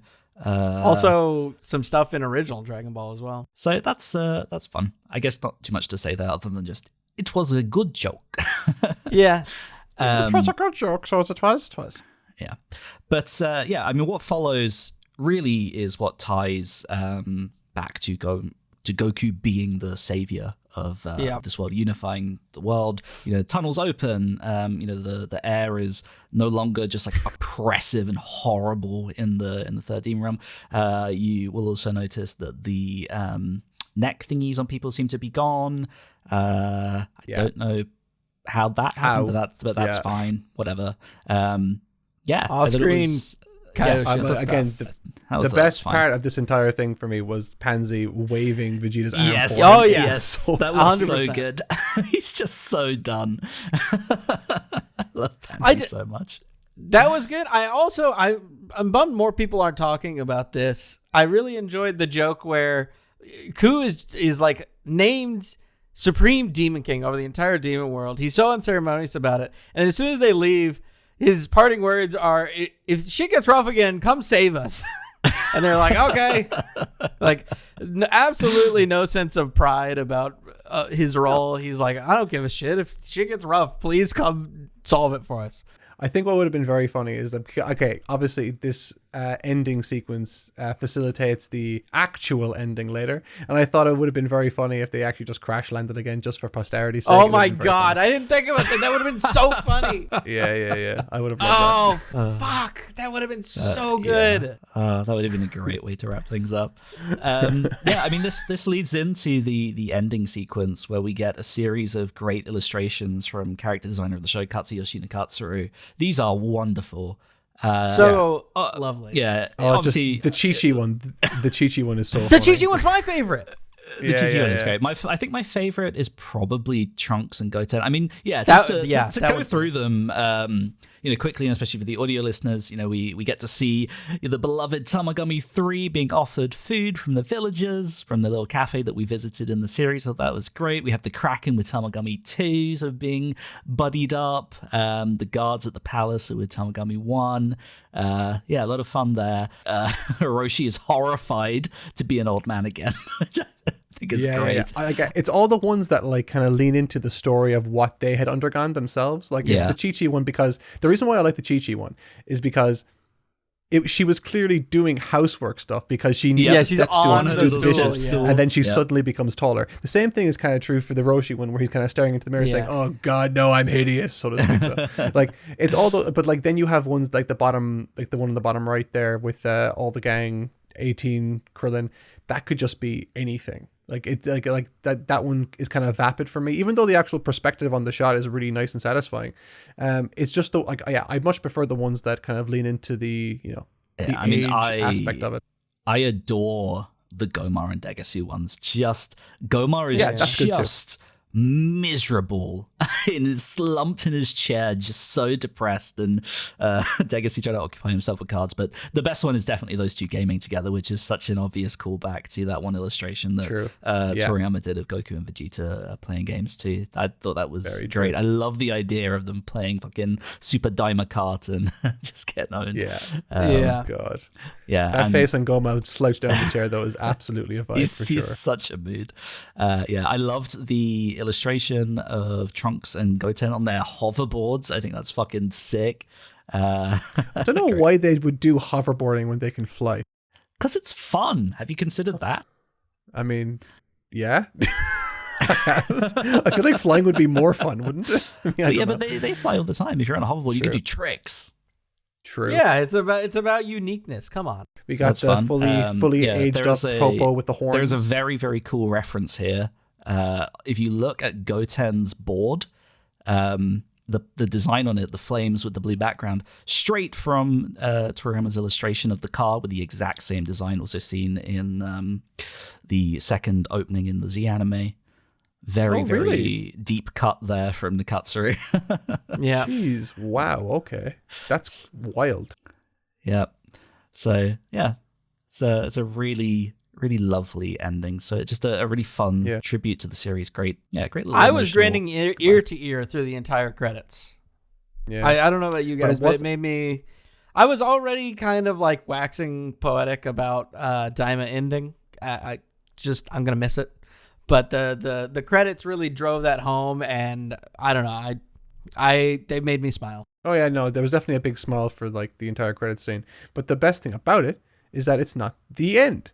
No, it's not we over. Get a post-credit scene, one of the most stunning parts of the show ever. Maybe I think maybe for me the second best animated moment of the series.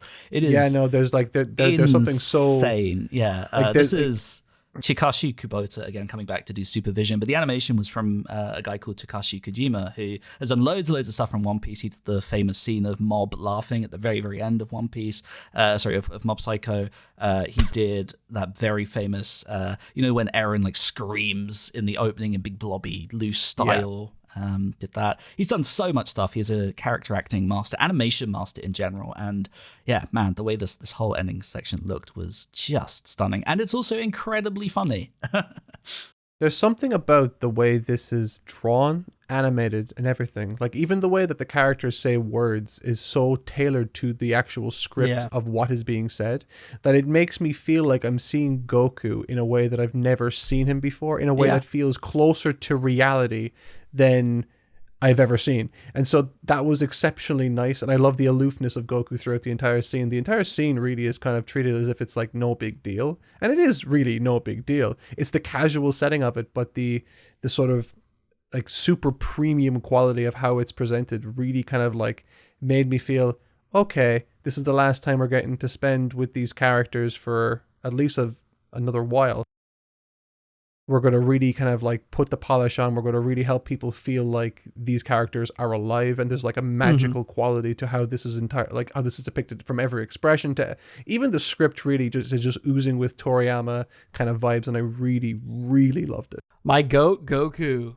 None of that Super Goku business where he forgets to bring sensu beans and the rice cooker to the future. None of that. My goat, Goku, out here being like, oh yeah, we should stop by. We're running low on sensu beans. We should stop by that place. I'm thinking proactively because I'm a real person. What a goat. Yeah, absolutely.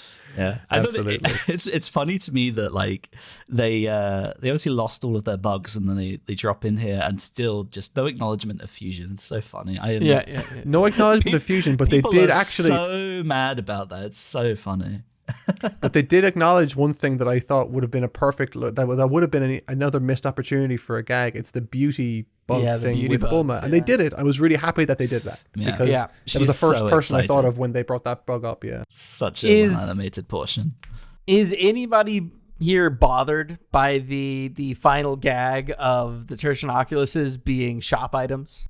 No, I think that's hilarious. That's brilliant. I love that. Yeah. Okay, I'm glad we're all in agreement. I've seen some people upset about that, and I was curious if Mark was going to see that and be bothered that like, oh, this like invalidates the entire. It's a great gag. One last excellent Toriyama troll gag at the end of the series. It made me laugh out loud. Fine. Yeah, it's funny. So it's perfect. Just this coveted thing, just chilling right at the very first. Two of them. There's two of them. Chilling. So many. It's great. Yeah, I saw some people being like, "Is this sequel bait?" No, it's just a gag. No, of course not. Oh my god, what? I will say though, obviously that isn't sequel bait, but I will say, looking at this final episode, there is a surprising amount of stuff that seems to me to kind of like swerve into maybe leaving space to revisit Daima in some capacity, which is not something I thought I was ever gonna say. I really like from the get-go, we've known that this was conceived of as like a one-shot, standalone side story type thing, and I've been yelling from the top of my lungs, don't expect anything else, it's just its own thing. But a lot in this episode that seems to, like, not explicitly like sequel bait setup stuff, but like leaving some doors open. And I also think that's one of the two acceptable explanations for the like, oh, Super Saiyan 4, I've been training thing, where like, either there are two acceptable explanations of that. Either it was swerved because Toriyama thought that this was funnier and stupider, and if that's the case, I will begrudgingly accept that. Or it was swerved to this new explanation because that mixed with a bunch of other stuff happening here, they just kind of wanted to leave an opportunity to come back to this world if they want. And if that's the case, I get the swerve of like, okay, this actually doesn't have to do with the demon world or Neva obviously waking up the powers, because this explanation allows us to maybe come back. And I would love that because I love these characters in this world, and I want to go back at some point.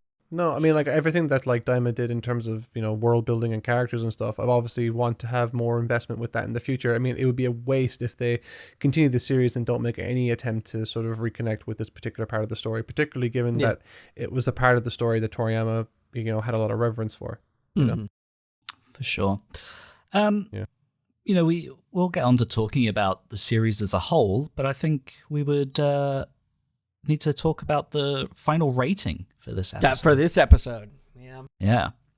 I will go first and say that I think with how this made me feel, it may well be just my favorite Daima episode. It really brought about such a great sense of excitement in me from the action. It brought about a sense of genuine comedy for so many of the sections. There was like a sort of a real wistfulness to some of it. Like, just, it kind of was working on every level for me, which I think is a sign of a really solid final episode. Obviously, we've had some nitpicks, but I adored it. I don't know what kind of number I could put on it, but there's almost nothing I could, there's very little I could fault with it. And it will be interesting to see like how I feel about it on a rewatch. I mean, that's a topic more relevant for the overall story, but I adored this episode.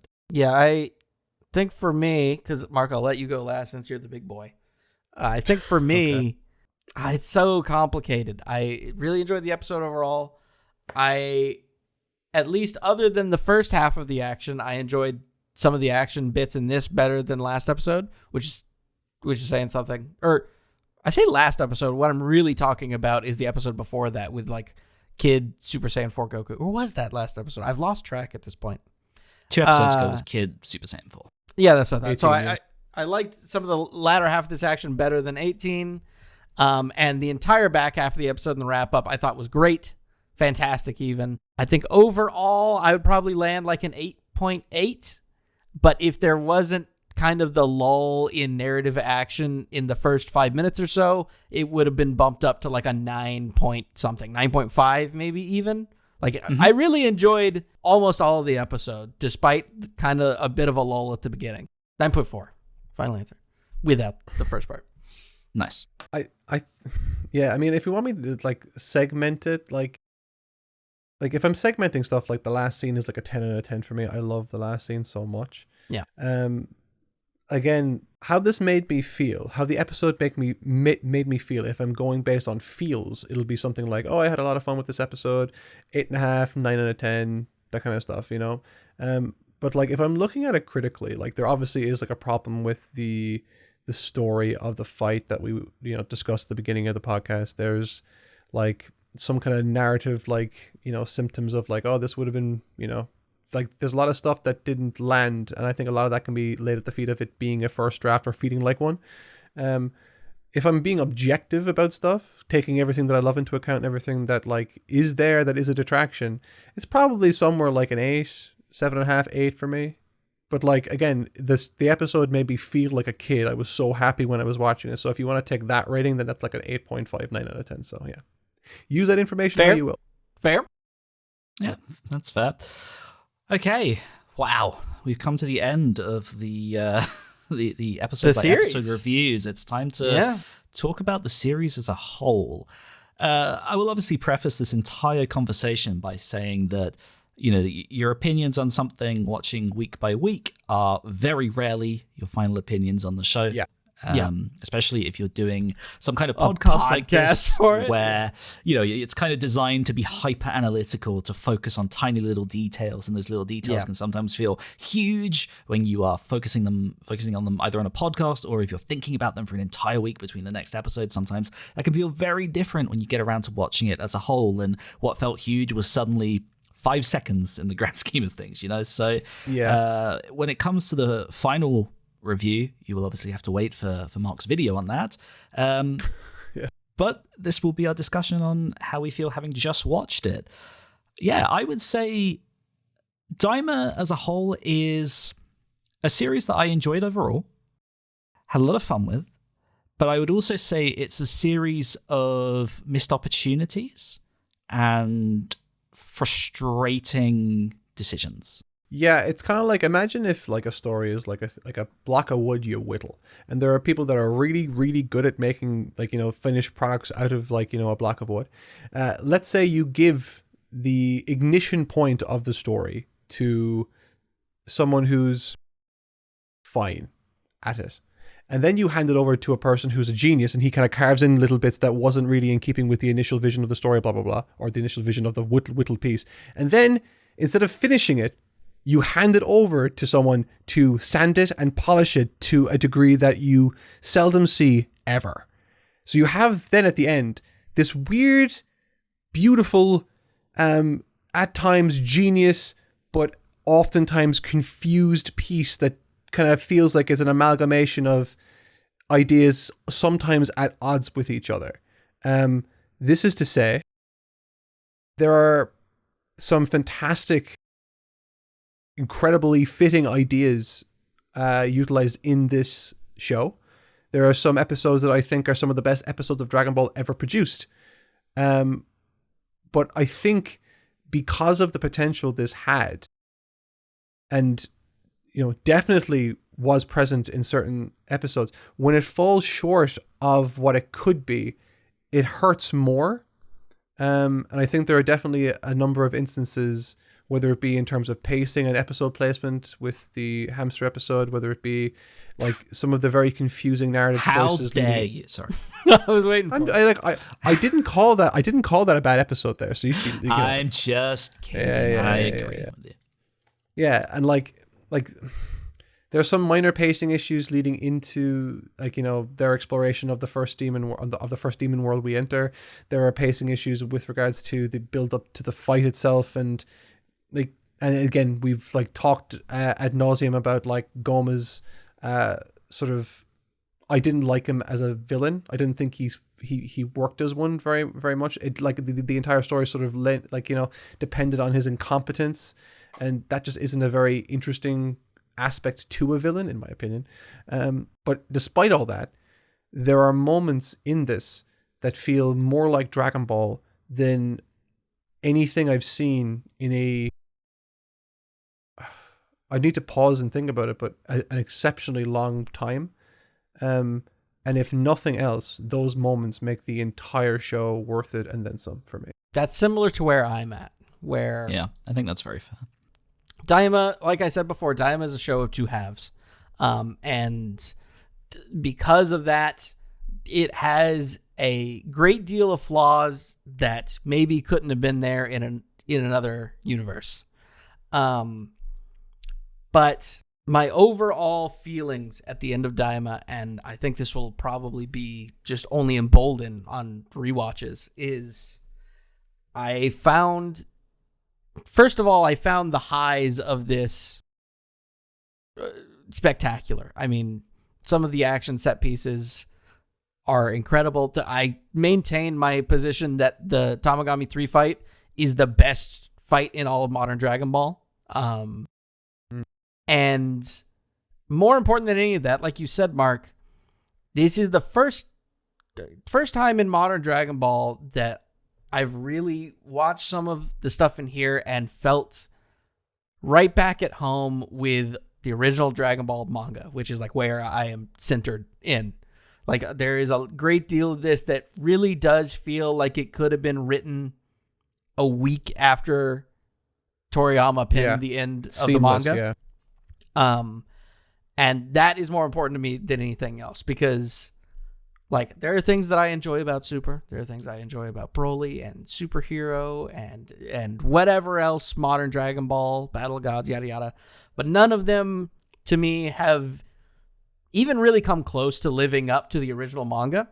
And to equal extent, none of them have really quite had the same voice that the original manga did.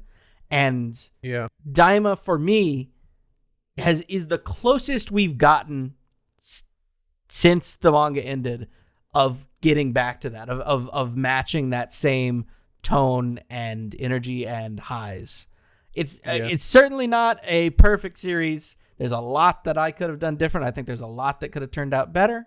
But it's my favorite, post-manga Dragon Ball thing probably ever, I think, despite its very genuine flaws and concerns. I think that's where I'm at. It's a really tough one for me because I obviously had a lot of issues with some of the first half. I know you were pretty hot on that stuff. You were a big Daima lover for that first half, whereas True. I think I had a good time with it, but I also couldn't help but feel that it was trying really hard to sort of push for that video gamey, adventure-y, JRPG feel, but wasn't really executing it in the way that mostly those things are done for good reason.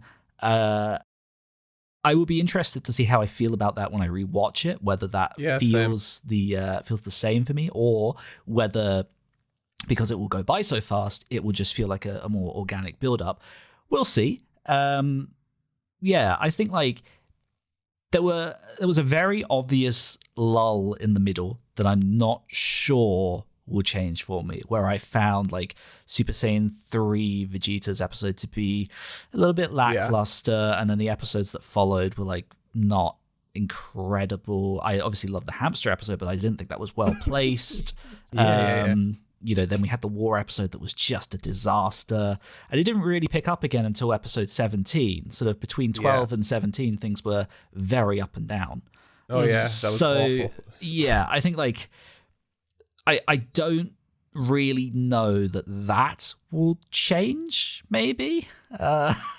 So, you know, it's hard for me to go like, well, it had some issues, but, you know, it was incredible overall. It's more that there are some very, very big issues, but I still had a good time regardless. And so, you know, it would be very hard for me to land on some kind of like, you know, number right now, but yeah. Coward. I think it's how I feel. Coward. Coward. Can you land on a number? We both, I thought I gave He's it a number. I gave oh, you mean like in general for the whole series? Yeah, for the whole series. Yeah. Oh yeah, okay. I mean, you can give your uneducated raw vibe for now if you wanted to. We could do that. Okay. My raw vibe, I would say, is like a 7.5. This is very hard because, like I said, it has some of my favorite Dragon Ball stuff ever, but it also, because it has some of my favorite Dragon Ball stuff ever, I'm focusing so much on the potential that it didn't manage to achieve. So for every positive, there is like a proportional negative, and we've talked about plenty of negatives. Fuck, I don't want to be boring and say 7 because like that's like the safest answer ever. So is it a 6? Like there's a huge chunk of episodes for me where I was just not having fun at all. And I think by virtue of the fact that was true, that there was a huge chunk of this that I just wasn't having fun at all. It did get to become very fun again with some of the best moments I've seen in all of Dragon Ball. But to get there, you have to get through so much shit sometimes. Maybe a 6.8. That's maybe so specific. I'm just because I think 6.5 is too low. No, 6.8's valid. Points are valid. Yeah, it's not a 7 for me. It's not a 7. Yeah. Okay. I think I would land overall, and this is it's so vibey. This could probably change a million times, but I think overall I would probably land at like a 7.9, maybe even an 8. Jeez, you're very high in it. Well, keep in mind, I would call the original Dragon Ball manga like a 9.8, 9.9. Like I really think. Yeah. Not the anime, but like the manga specifically, I think people really underestimate how remarkable of a work of fiction it is. Well, we made an entire series about it, so that's true. That's true. Yeah. So keep in We mind that there is flowers. a fair bit of disparity between my 7.9 here and my view of the series overall.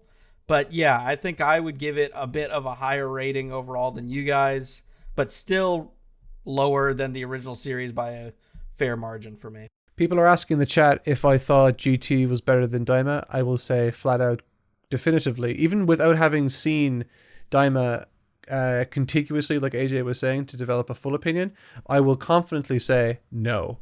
Daima was much better than GT, in my opinion. There you go. Got to cover my ass there with that one. But I would give GT probably a 4. So a 4 or 5. Daima is considerably better. So that's where I stand on that, if anyone's wondering. So we did discuss this the other week, but I guess now it would not be terrible to wrap back around to this in a like overall series view. But are we all still holding steadfast in our personal opinions that this is better than Super? Oh yeah. Of course. Yeah, I mean, I've said this so many times, right? Super made me fucking angry. Super was offensively stupid at times. Like, for me, there is no absolute... Okay, this is going to sound hypocritical. They're very different. Like, I mean... Yeah, look, let me preface this by saying that I let me preface this by saying I acknowledge that Daima is a show that brought back Super Saiyan 4. So let me just get that out of the way. But when you look at Super, they brought back Frieza a bajillion times. They did fucking not Broly with Kale. They did a scene that was just Vegeta's sacrifice again. Again, but worse. You had... Or You fucked future Trunks. There was so much in Super that was just like shark jumping. What the fuck are you doing? What is modern Dragon Ball? Jesus Christ. I will also acknowledge that Super has some incredibly great moments too. There is a lot of great spectacle in the Tournament of Power. I really enjoyed the mystery of the Goku Black arc. I enjoyed I enjoyed Hit as a character. There's a lot of stuff that is fun in Super. But Super as like a real, die-hard fan of what Toriyama wrote just felt so alien, so antithetical to what Dragon Ball is. And just, God, talk about the production. Fucking hideous. It's just a complete diabolical mess behind the scenes that led to so many issues across the board. It was treated with no care. It was just a clusterfuck. Daima has its issues, but Daima is a real series with real heart and a real Dragon Ball spirit, and it will sit above Super eternally for that alone. Yeah. I will make the concession for Super that like it being so much longer and the schedule that it had didn't give it the best, chance to be as good as it maybe could have been in a lot of respects. I will also say, and this isn't anything really to do with the story, but there were elements of Dragon Ball Super's tenure that I enjoyed more than Daima. I enjoyed the community around Super more than I enjoyed the whole vibe around Daima. Not to say that Daima's whole vibe wasn't good, but I'm just saying Super felt much more like a unifying sort of thing for everyone to get behind, because I think it went on for so long, it could foster that sort of community. Yeah, and I think also being, the first Dragon Ball series in a bajillion years really helped everyone was showing up for that.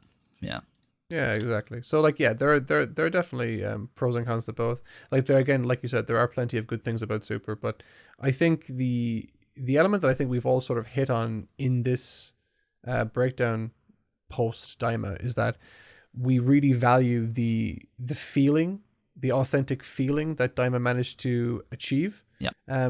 We recognize how novel that is and how successful this particular series was in achieving that.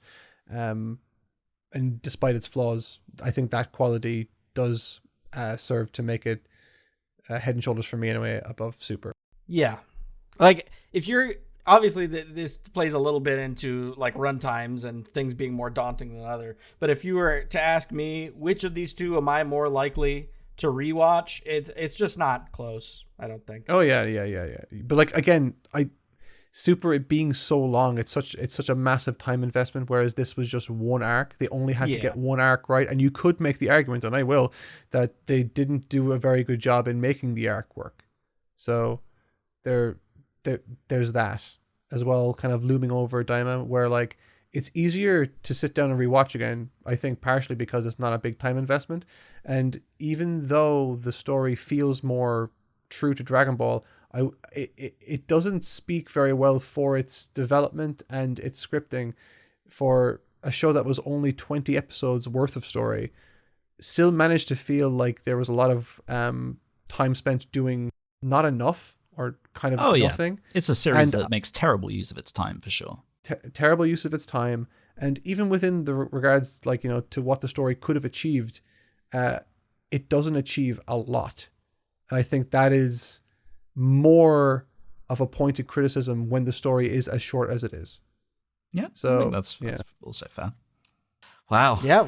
I was going to say, so I sort of paused for a second there, because it sort of just hit me like, wow, like we've kind of just... We've concluded Daima. Yeah. That was 5 months, right? Yeah.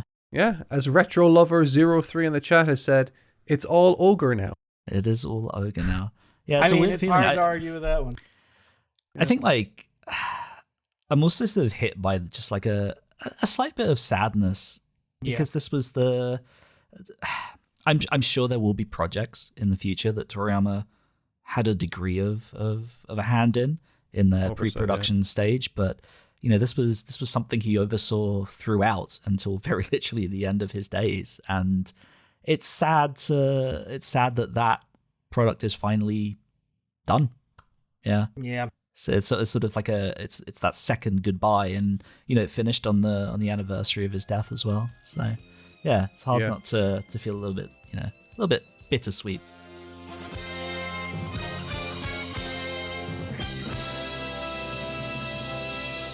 Oh hey, YouTube was kind and didn't omit him this time. Our next super chat is from Oracle. Nice. Who did Beloved. submit text this time? Yes, they said, I actually didn't watch the episode till I got the 30-minute notification because I was so reluctant to let it go. Crying emoji, broken heart emoji. Yeah, that's sad. I kind of understand that as well. Yeah, I do as well. Yeah, yeah. I mean, special thank you to Oracle, who's just been so absolutely insanely generous across these past few weeks. Obviously, I don't want it to make it sound like we don't appreciate everyone's donations. We absolutely do. It is what has funded the ability to make this podcast, to allow me to dedicate time to editing it and getting it up on the services. It has been invaluable. So yeah, thank you to everyone, and especially thank you to Oracle. I mean, just absurdly generous week after week. Thank you very much. Bless you, Oracle. You have a special place in my heart and my bedroom. The next super chat is from Basic Milos, who says, Daima was fun. Thank you for making my Mondays better. Smiley face. Thank you for showing up. I appreciate thank you for being here. Yeah, a really consistent turnout. It was a little bit iffy when we started doing it on Fridays. I don't know why. It's funny thinking back to those Friday nights when we were doing it then, because, God, we were all just like so drained. Yeah. It was frantic. You had to watch the episode and then immediately hop on. I'm like, Jesus Christ. Well, because it was the fact that we had to like watch the episode and jump on almost immediately while simultaneously preparing all the screenshots and the and the show notes. I was also thinking about, oh God, I've got to like do my video after this, and then more than anything, it was the day before our release day on the Totally Not Mark channel. So like there was always a video in the work. Like it was so much stress going on. As soon as we moved it to Monday, it was so much better. I think it worked not just for our schedules, but I think it worked for people's patience as well, where like, when it came to doing the edited version, obviously I'm not going to work at weekends, so you wouldn't get the podcast until Tuesday, despite it us doing it on a Friday. So yeah, being able to change that so it was only a day or two after, definitely helped a lot. I hope you guys enjoyed it. We have obviously had a fun time doing it, but I hope all of you on the other side of the screen have enjoyed tuning in whatever capacity that may be, whether it was just this one time that you've seen or if you tuned into every single one. I hope it was enjoyable for you guys, at least as much as it was enjoyable for us to make. The next super chat is from Armando Moritz. Something, it cuts off again. I think they sent an early one. They say, do you think anybody got caught in that massive Kamehameha? Could have been a good gag. A gag of just murdering genocide. innocents. I think that Jesus might Christ. have slightly flown in the face of Goku, the savior of the realm. You could have done the gag in it's not slaughtering people, but it's like you could have, obviously it would have been bad for pacing, but yeah, some cutaway to like a child in the third demon world, like no, like a child. He's like going to a well and he's like gonna throw a penny down it, and then all of a sudden the Kamehameha like bursts through the well, and he's like and he like just barely missed him. That would have been fun. No. The best thing that they could have done was for the Kamehameha to go through Demon World, like into Demon World 2, and then into Demon World like 3, the bigger one, the outer layer, and for it just to destroy King Kudan's castle. There's no one inside it, but it's just completely destroyed. I was trying to think of what would be the funniest thing to be destroyed from that. That is a pretty good answer. There's got to be a better one, right? I don't know. I mean, I don't want anyone to needlessly die. So. Oh, no. Answer. Easy answer. It would have been funny if the Kamehameha went through and destroyed the megalith's homework, the child megalith's homework. That would have been funny. Oh, my God. Yeah, okay. Yeah, Yeah. And That we'll would have look been at that. great. It would have tied That back would've- into that stupid ass episode, so it was a little bit less stupid, and it would have been a funny gag, and nobody would have been hurt. Although maybe if oh, dude, can you imagine? If hamsters started running down out of the hole, that would have been fantastic. Can you imagine the power scaling upset if that Kamehameha had hit one of the giants and he just And like, it bounced scratches off or himself? something? Yeah. Oh Yeah. Oh my god, people would have been so upset. I actually want it to happen now. The that world would've would been have great. revolted against that shit. That would have been good, though. That would have been funny. The next super chat is from Minecraft V Yoda, who says, I've loved watching these podcasts as part of my weekly schedule since October. Thank you, 3, for all the laughs. XXX. Oh, and Mark doesn't shower. Yeah, let him know. Yeah, Okay. it's been too it's been too long since we talked about Mark showering, so I'm glad that can get brought up at least once. in Listen, this final water's a episode. precious resource that needs to be respected, and I'm doing my bit. I'm not gonna be subject to ridicule because I'm a conscientious person. Yeah, that's right, haters. Did you consider he was doing it for the environment? You For didn't think about that humanitarian one, did you? reasons. We'll have to find some other way in our future endeavors to remind the TNM audience that Mark doesn't shower. How we'll manage that, Can I we don't just know not? yet, but we'll get Like, there. whatever way you want to phrase it, don't phrase it like I don't shower. I do No, it shower. specifically needs to be phrased that way. Okay. Jesus Christ. The next super chat is from Dragon Zone. That's a cool name. Who says, absolutely love tuning in every week with you all. Do you know what? It's so. I don't know if anyone else is feeling this way, but it's so nice to like hear people enjoying the podcast because obviously like the main bit of feedback we get, obviously other than like the live stream chat donations, are like the comments on the uploads, and they're always so angry. Yeah, I've literally I think never I've looked at the convinced comments myself for that. that like people hate us. Oh no, I never Very looked at the possible. comments for that ever.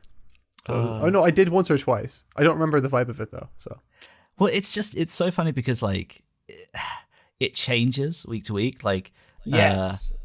Very, very variable. yeah, like first Tyson was like the fucking he just likes everything Dimer, it could do no wrong, and then he became known as like the Dimer hater. Like Yeah. there was a whole arc going on in that comment section.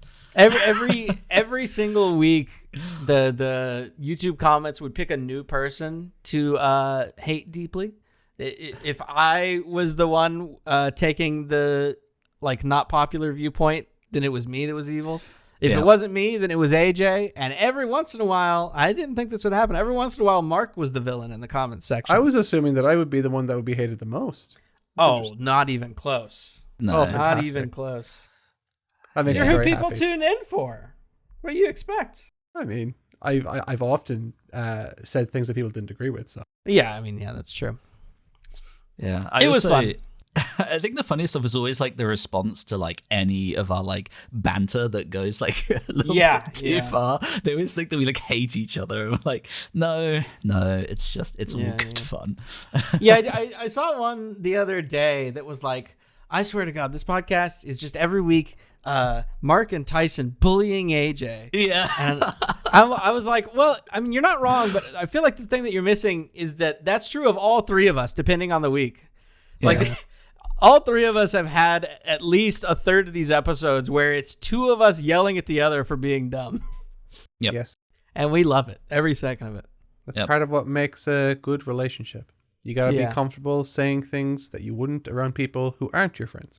It's true, and it's funny because there is a direct relationship between how vitriolic the YouTube comments would be about like our relationship and how stoked Mark was about an episode as soon as we would finish finish it.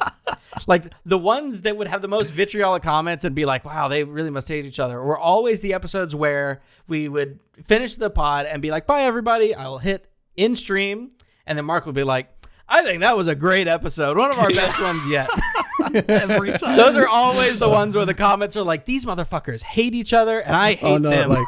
I think one thing that doesn't come across when I'm in a sort of performative mindset is I'm not sure if this is as big a thing in the United States. You can tell me if it is, Tyson, or not, but like in like the UK and Ireland, like if you're really comfortable around someone, what you want to do is fight with them about like the most stupid, most nothing things, and like I've definitely been in the company of people who aren't from where I'm from, and they've often said that like, or be surprised, like I could, for instance, I could call one of my closest friends right now, not give any context or warning, call him a cunt, and he would say, okay, what do you really want, Mark?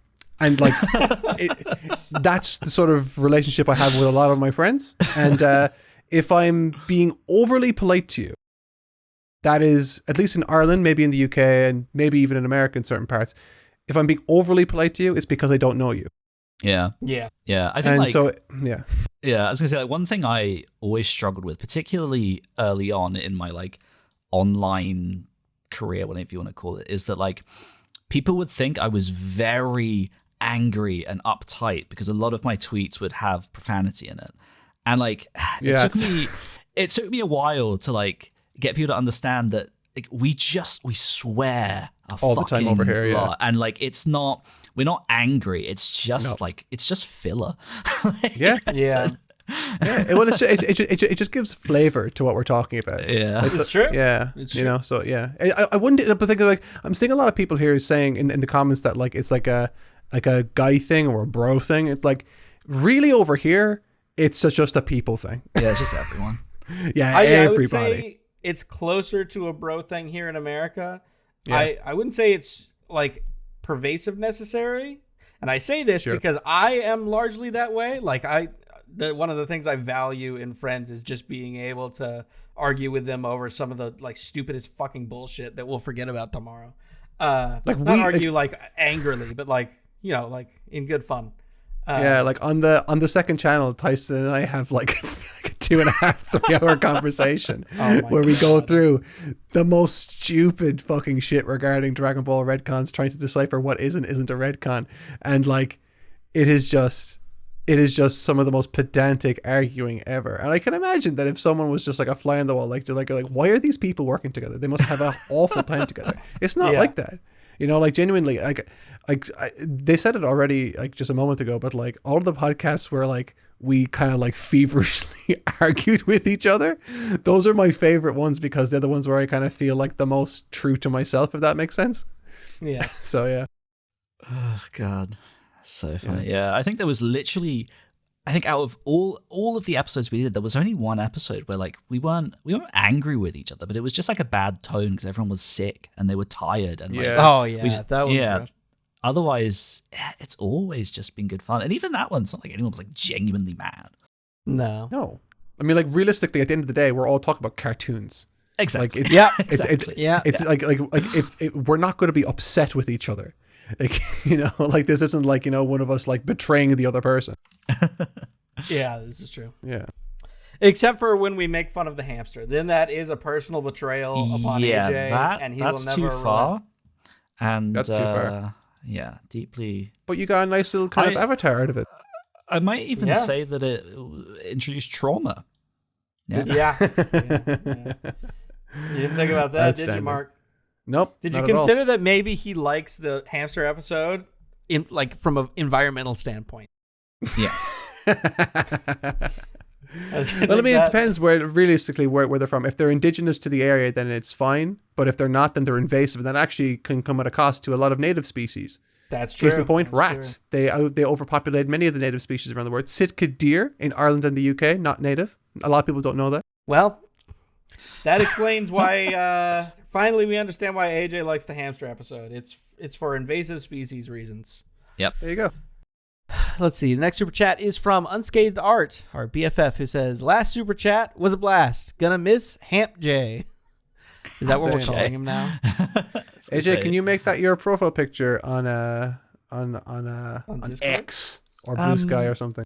X, No. what are you, a fucking cop? No, but like so I went through a phase where I didn't want to call it X because fuck it, it's Twitter. It's always been Twitter. They're not going to make me say fucking X.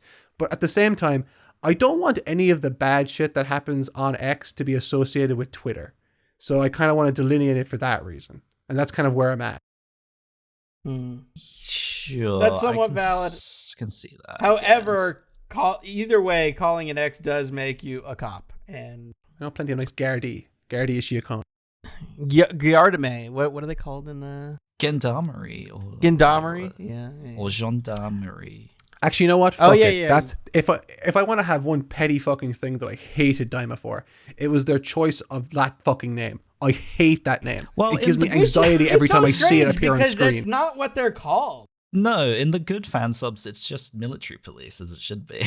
Yeah. Gendarmerie, like I to this day, the series is over, and I've studied it, and I still don't know how to say it to a point where I don't have at least some apprehension when I try.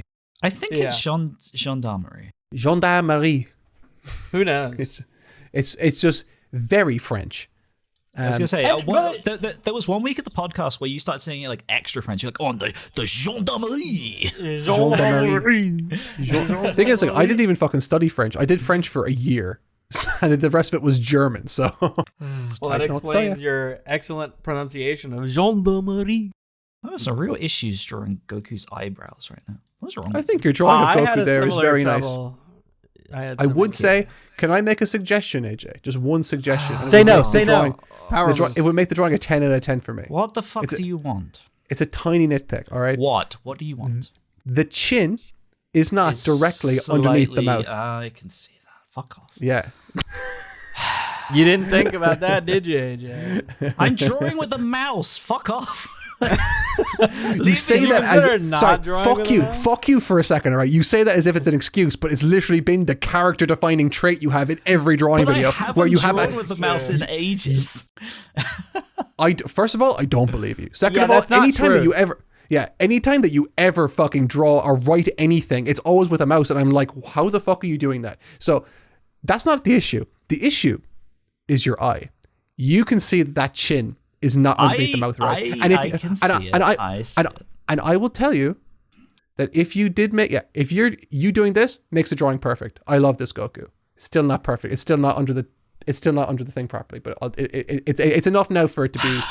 You know what? No, still, please fix it. What if I just like moved the mouth a little? Don't move the face. Give him weird sideways face. Don't give him that. Just fucking move the chin. But his head is slightly turned. I think it's fine. Does this application that you're using have like a selection tool? Can you use that? Not really. Yes, it does. I mean, not really. It's yes or no. Well, like I can select stuff. I can't like liquefy anything. What do you want? Did I say liquefy? No, I said select it. Oh my god! What do you want? Transform, AJ. The word you're looking for is transform. It's fine now. Fuck off. It's not. It's still slightly askew, but it's fine. Okay. If you don't want to be perfect, The that's fine. entire drawing is slightly not straight. Like, someone's comment there. Not quite my tempo. Absolutely, that's great. Not That's quite right. my tempo. Look, there we go. It's fine. It's fine. Not quite my symmetry. Yeah, not quite my symmetry. I You know think what? it's- That's good. I like that now. Yeah, see? Literally nothing changed other than me rotating the image. No, actually, it's still slightly off. But it's Why don't it's you Slightly off. draw your own Goku? Backseat fucker. no. Well, did you consider making it symmetric? Did you think about that? I think it's perfect now. You know what? Let's- Everything needs to have flaws for it to be something of any worth. If he wanted to make it perfect, he would take our advice, but he doesn't. And you know what? That's fine. You rotated the image, so now one of his shoulders is too high, but whatever.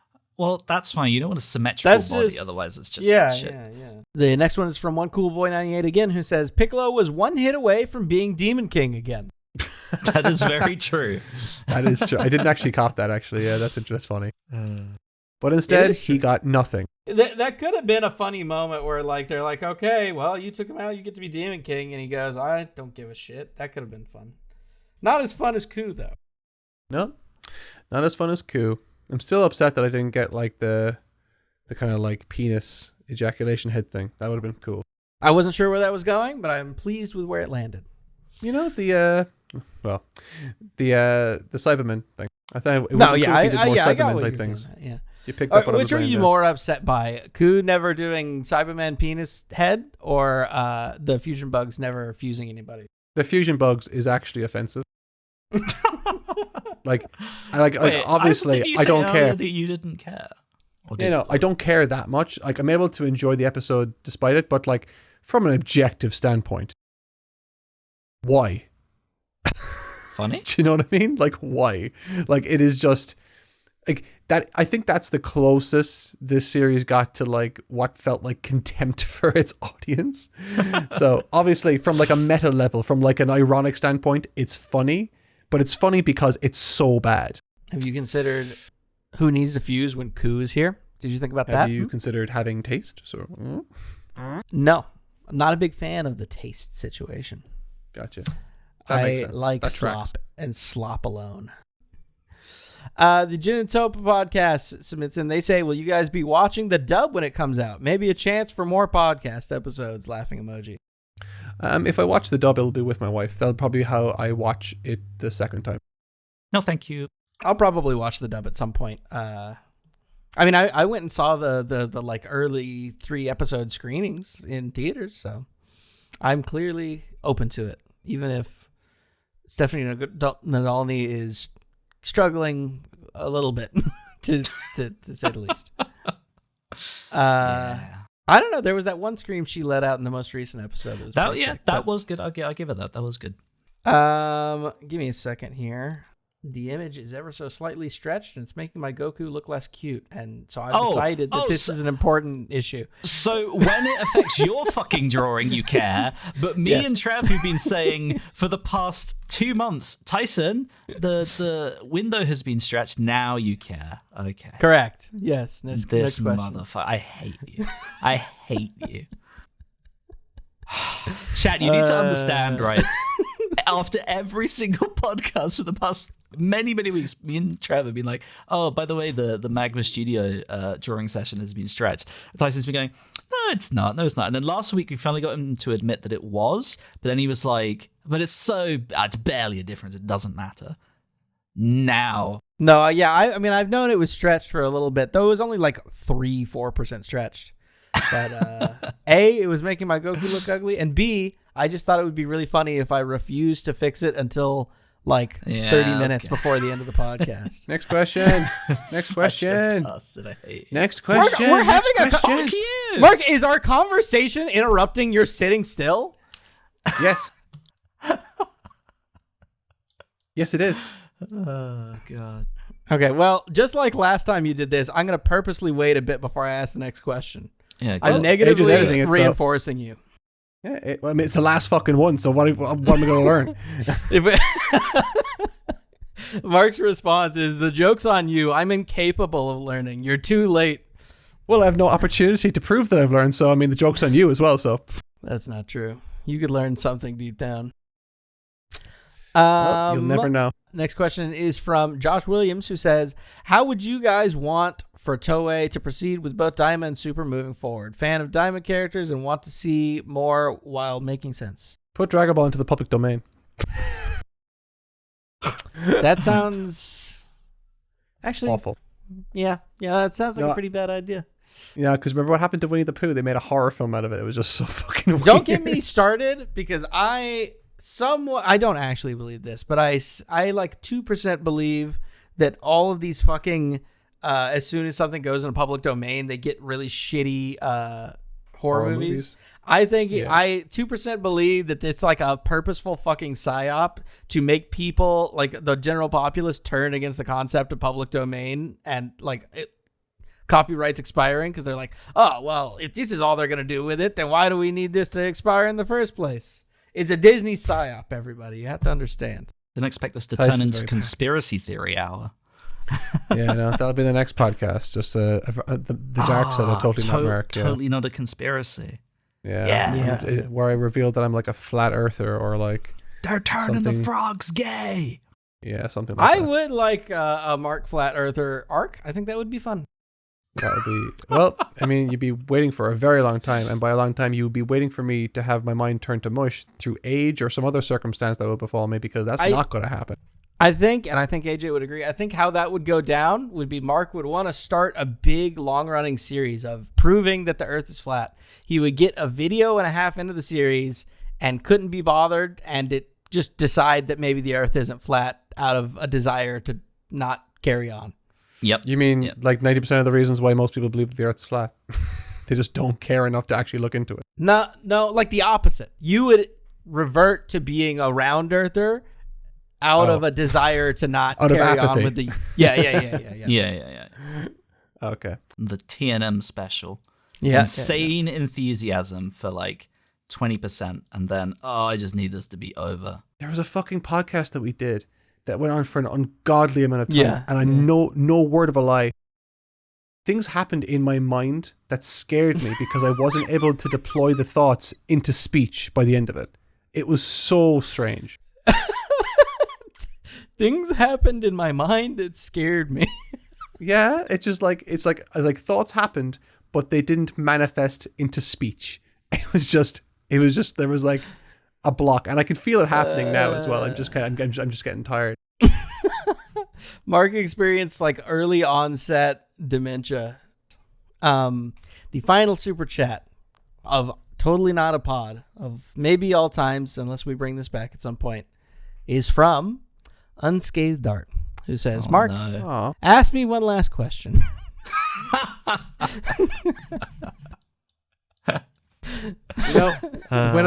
When you Expected said ones. earlier that like, oh, we have the perfect question to end on, I thought you were serious. No. I am being serious. How What are you did talking not about? know?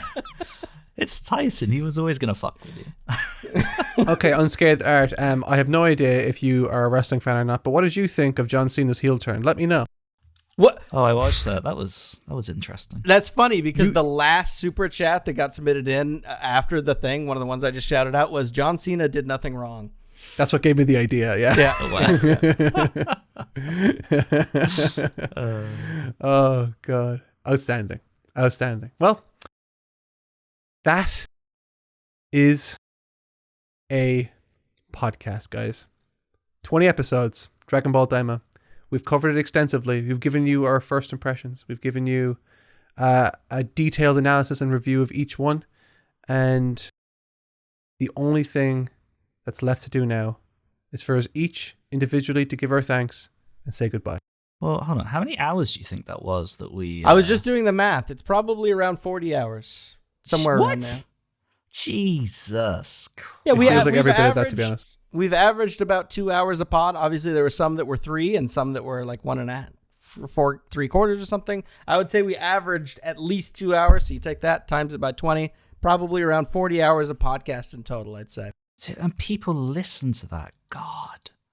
What is wrong with... Don't do that again. Okay. Thank you guys very much for watching. It sincerely means a lot to all of us. And yeah, this more than likely won't be the end. We will probably revive this concept in some shape or form in the future when the time is right. But for now, this is goodbye. This has been Dragon Ball Daima. And thank you all so much for watching. Everybody take care. I don't know when we'll see you next, but take care till then. Bye forever.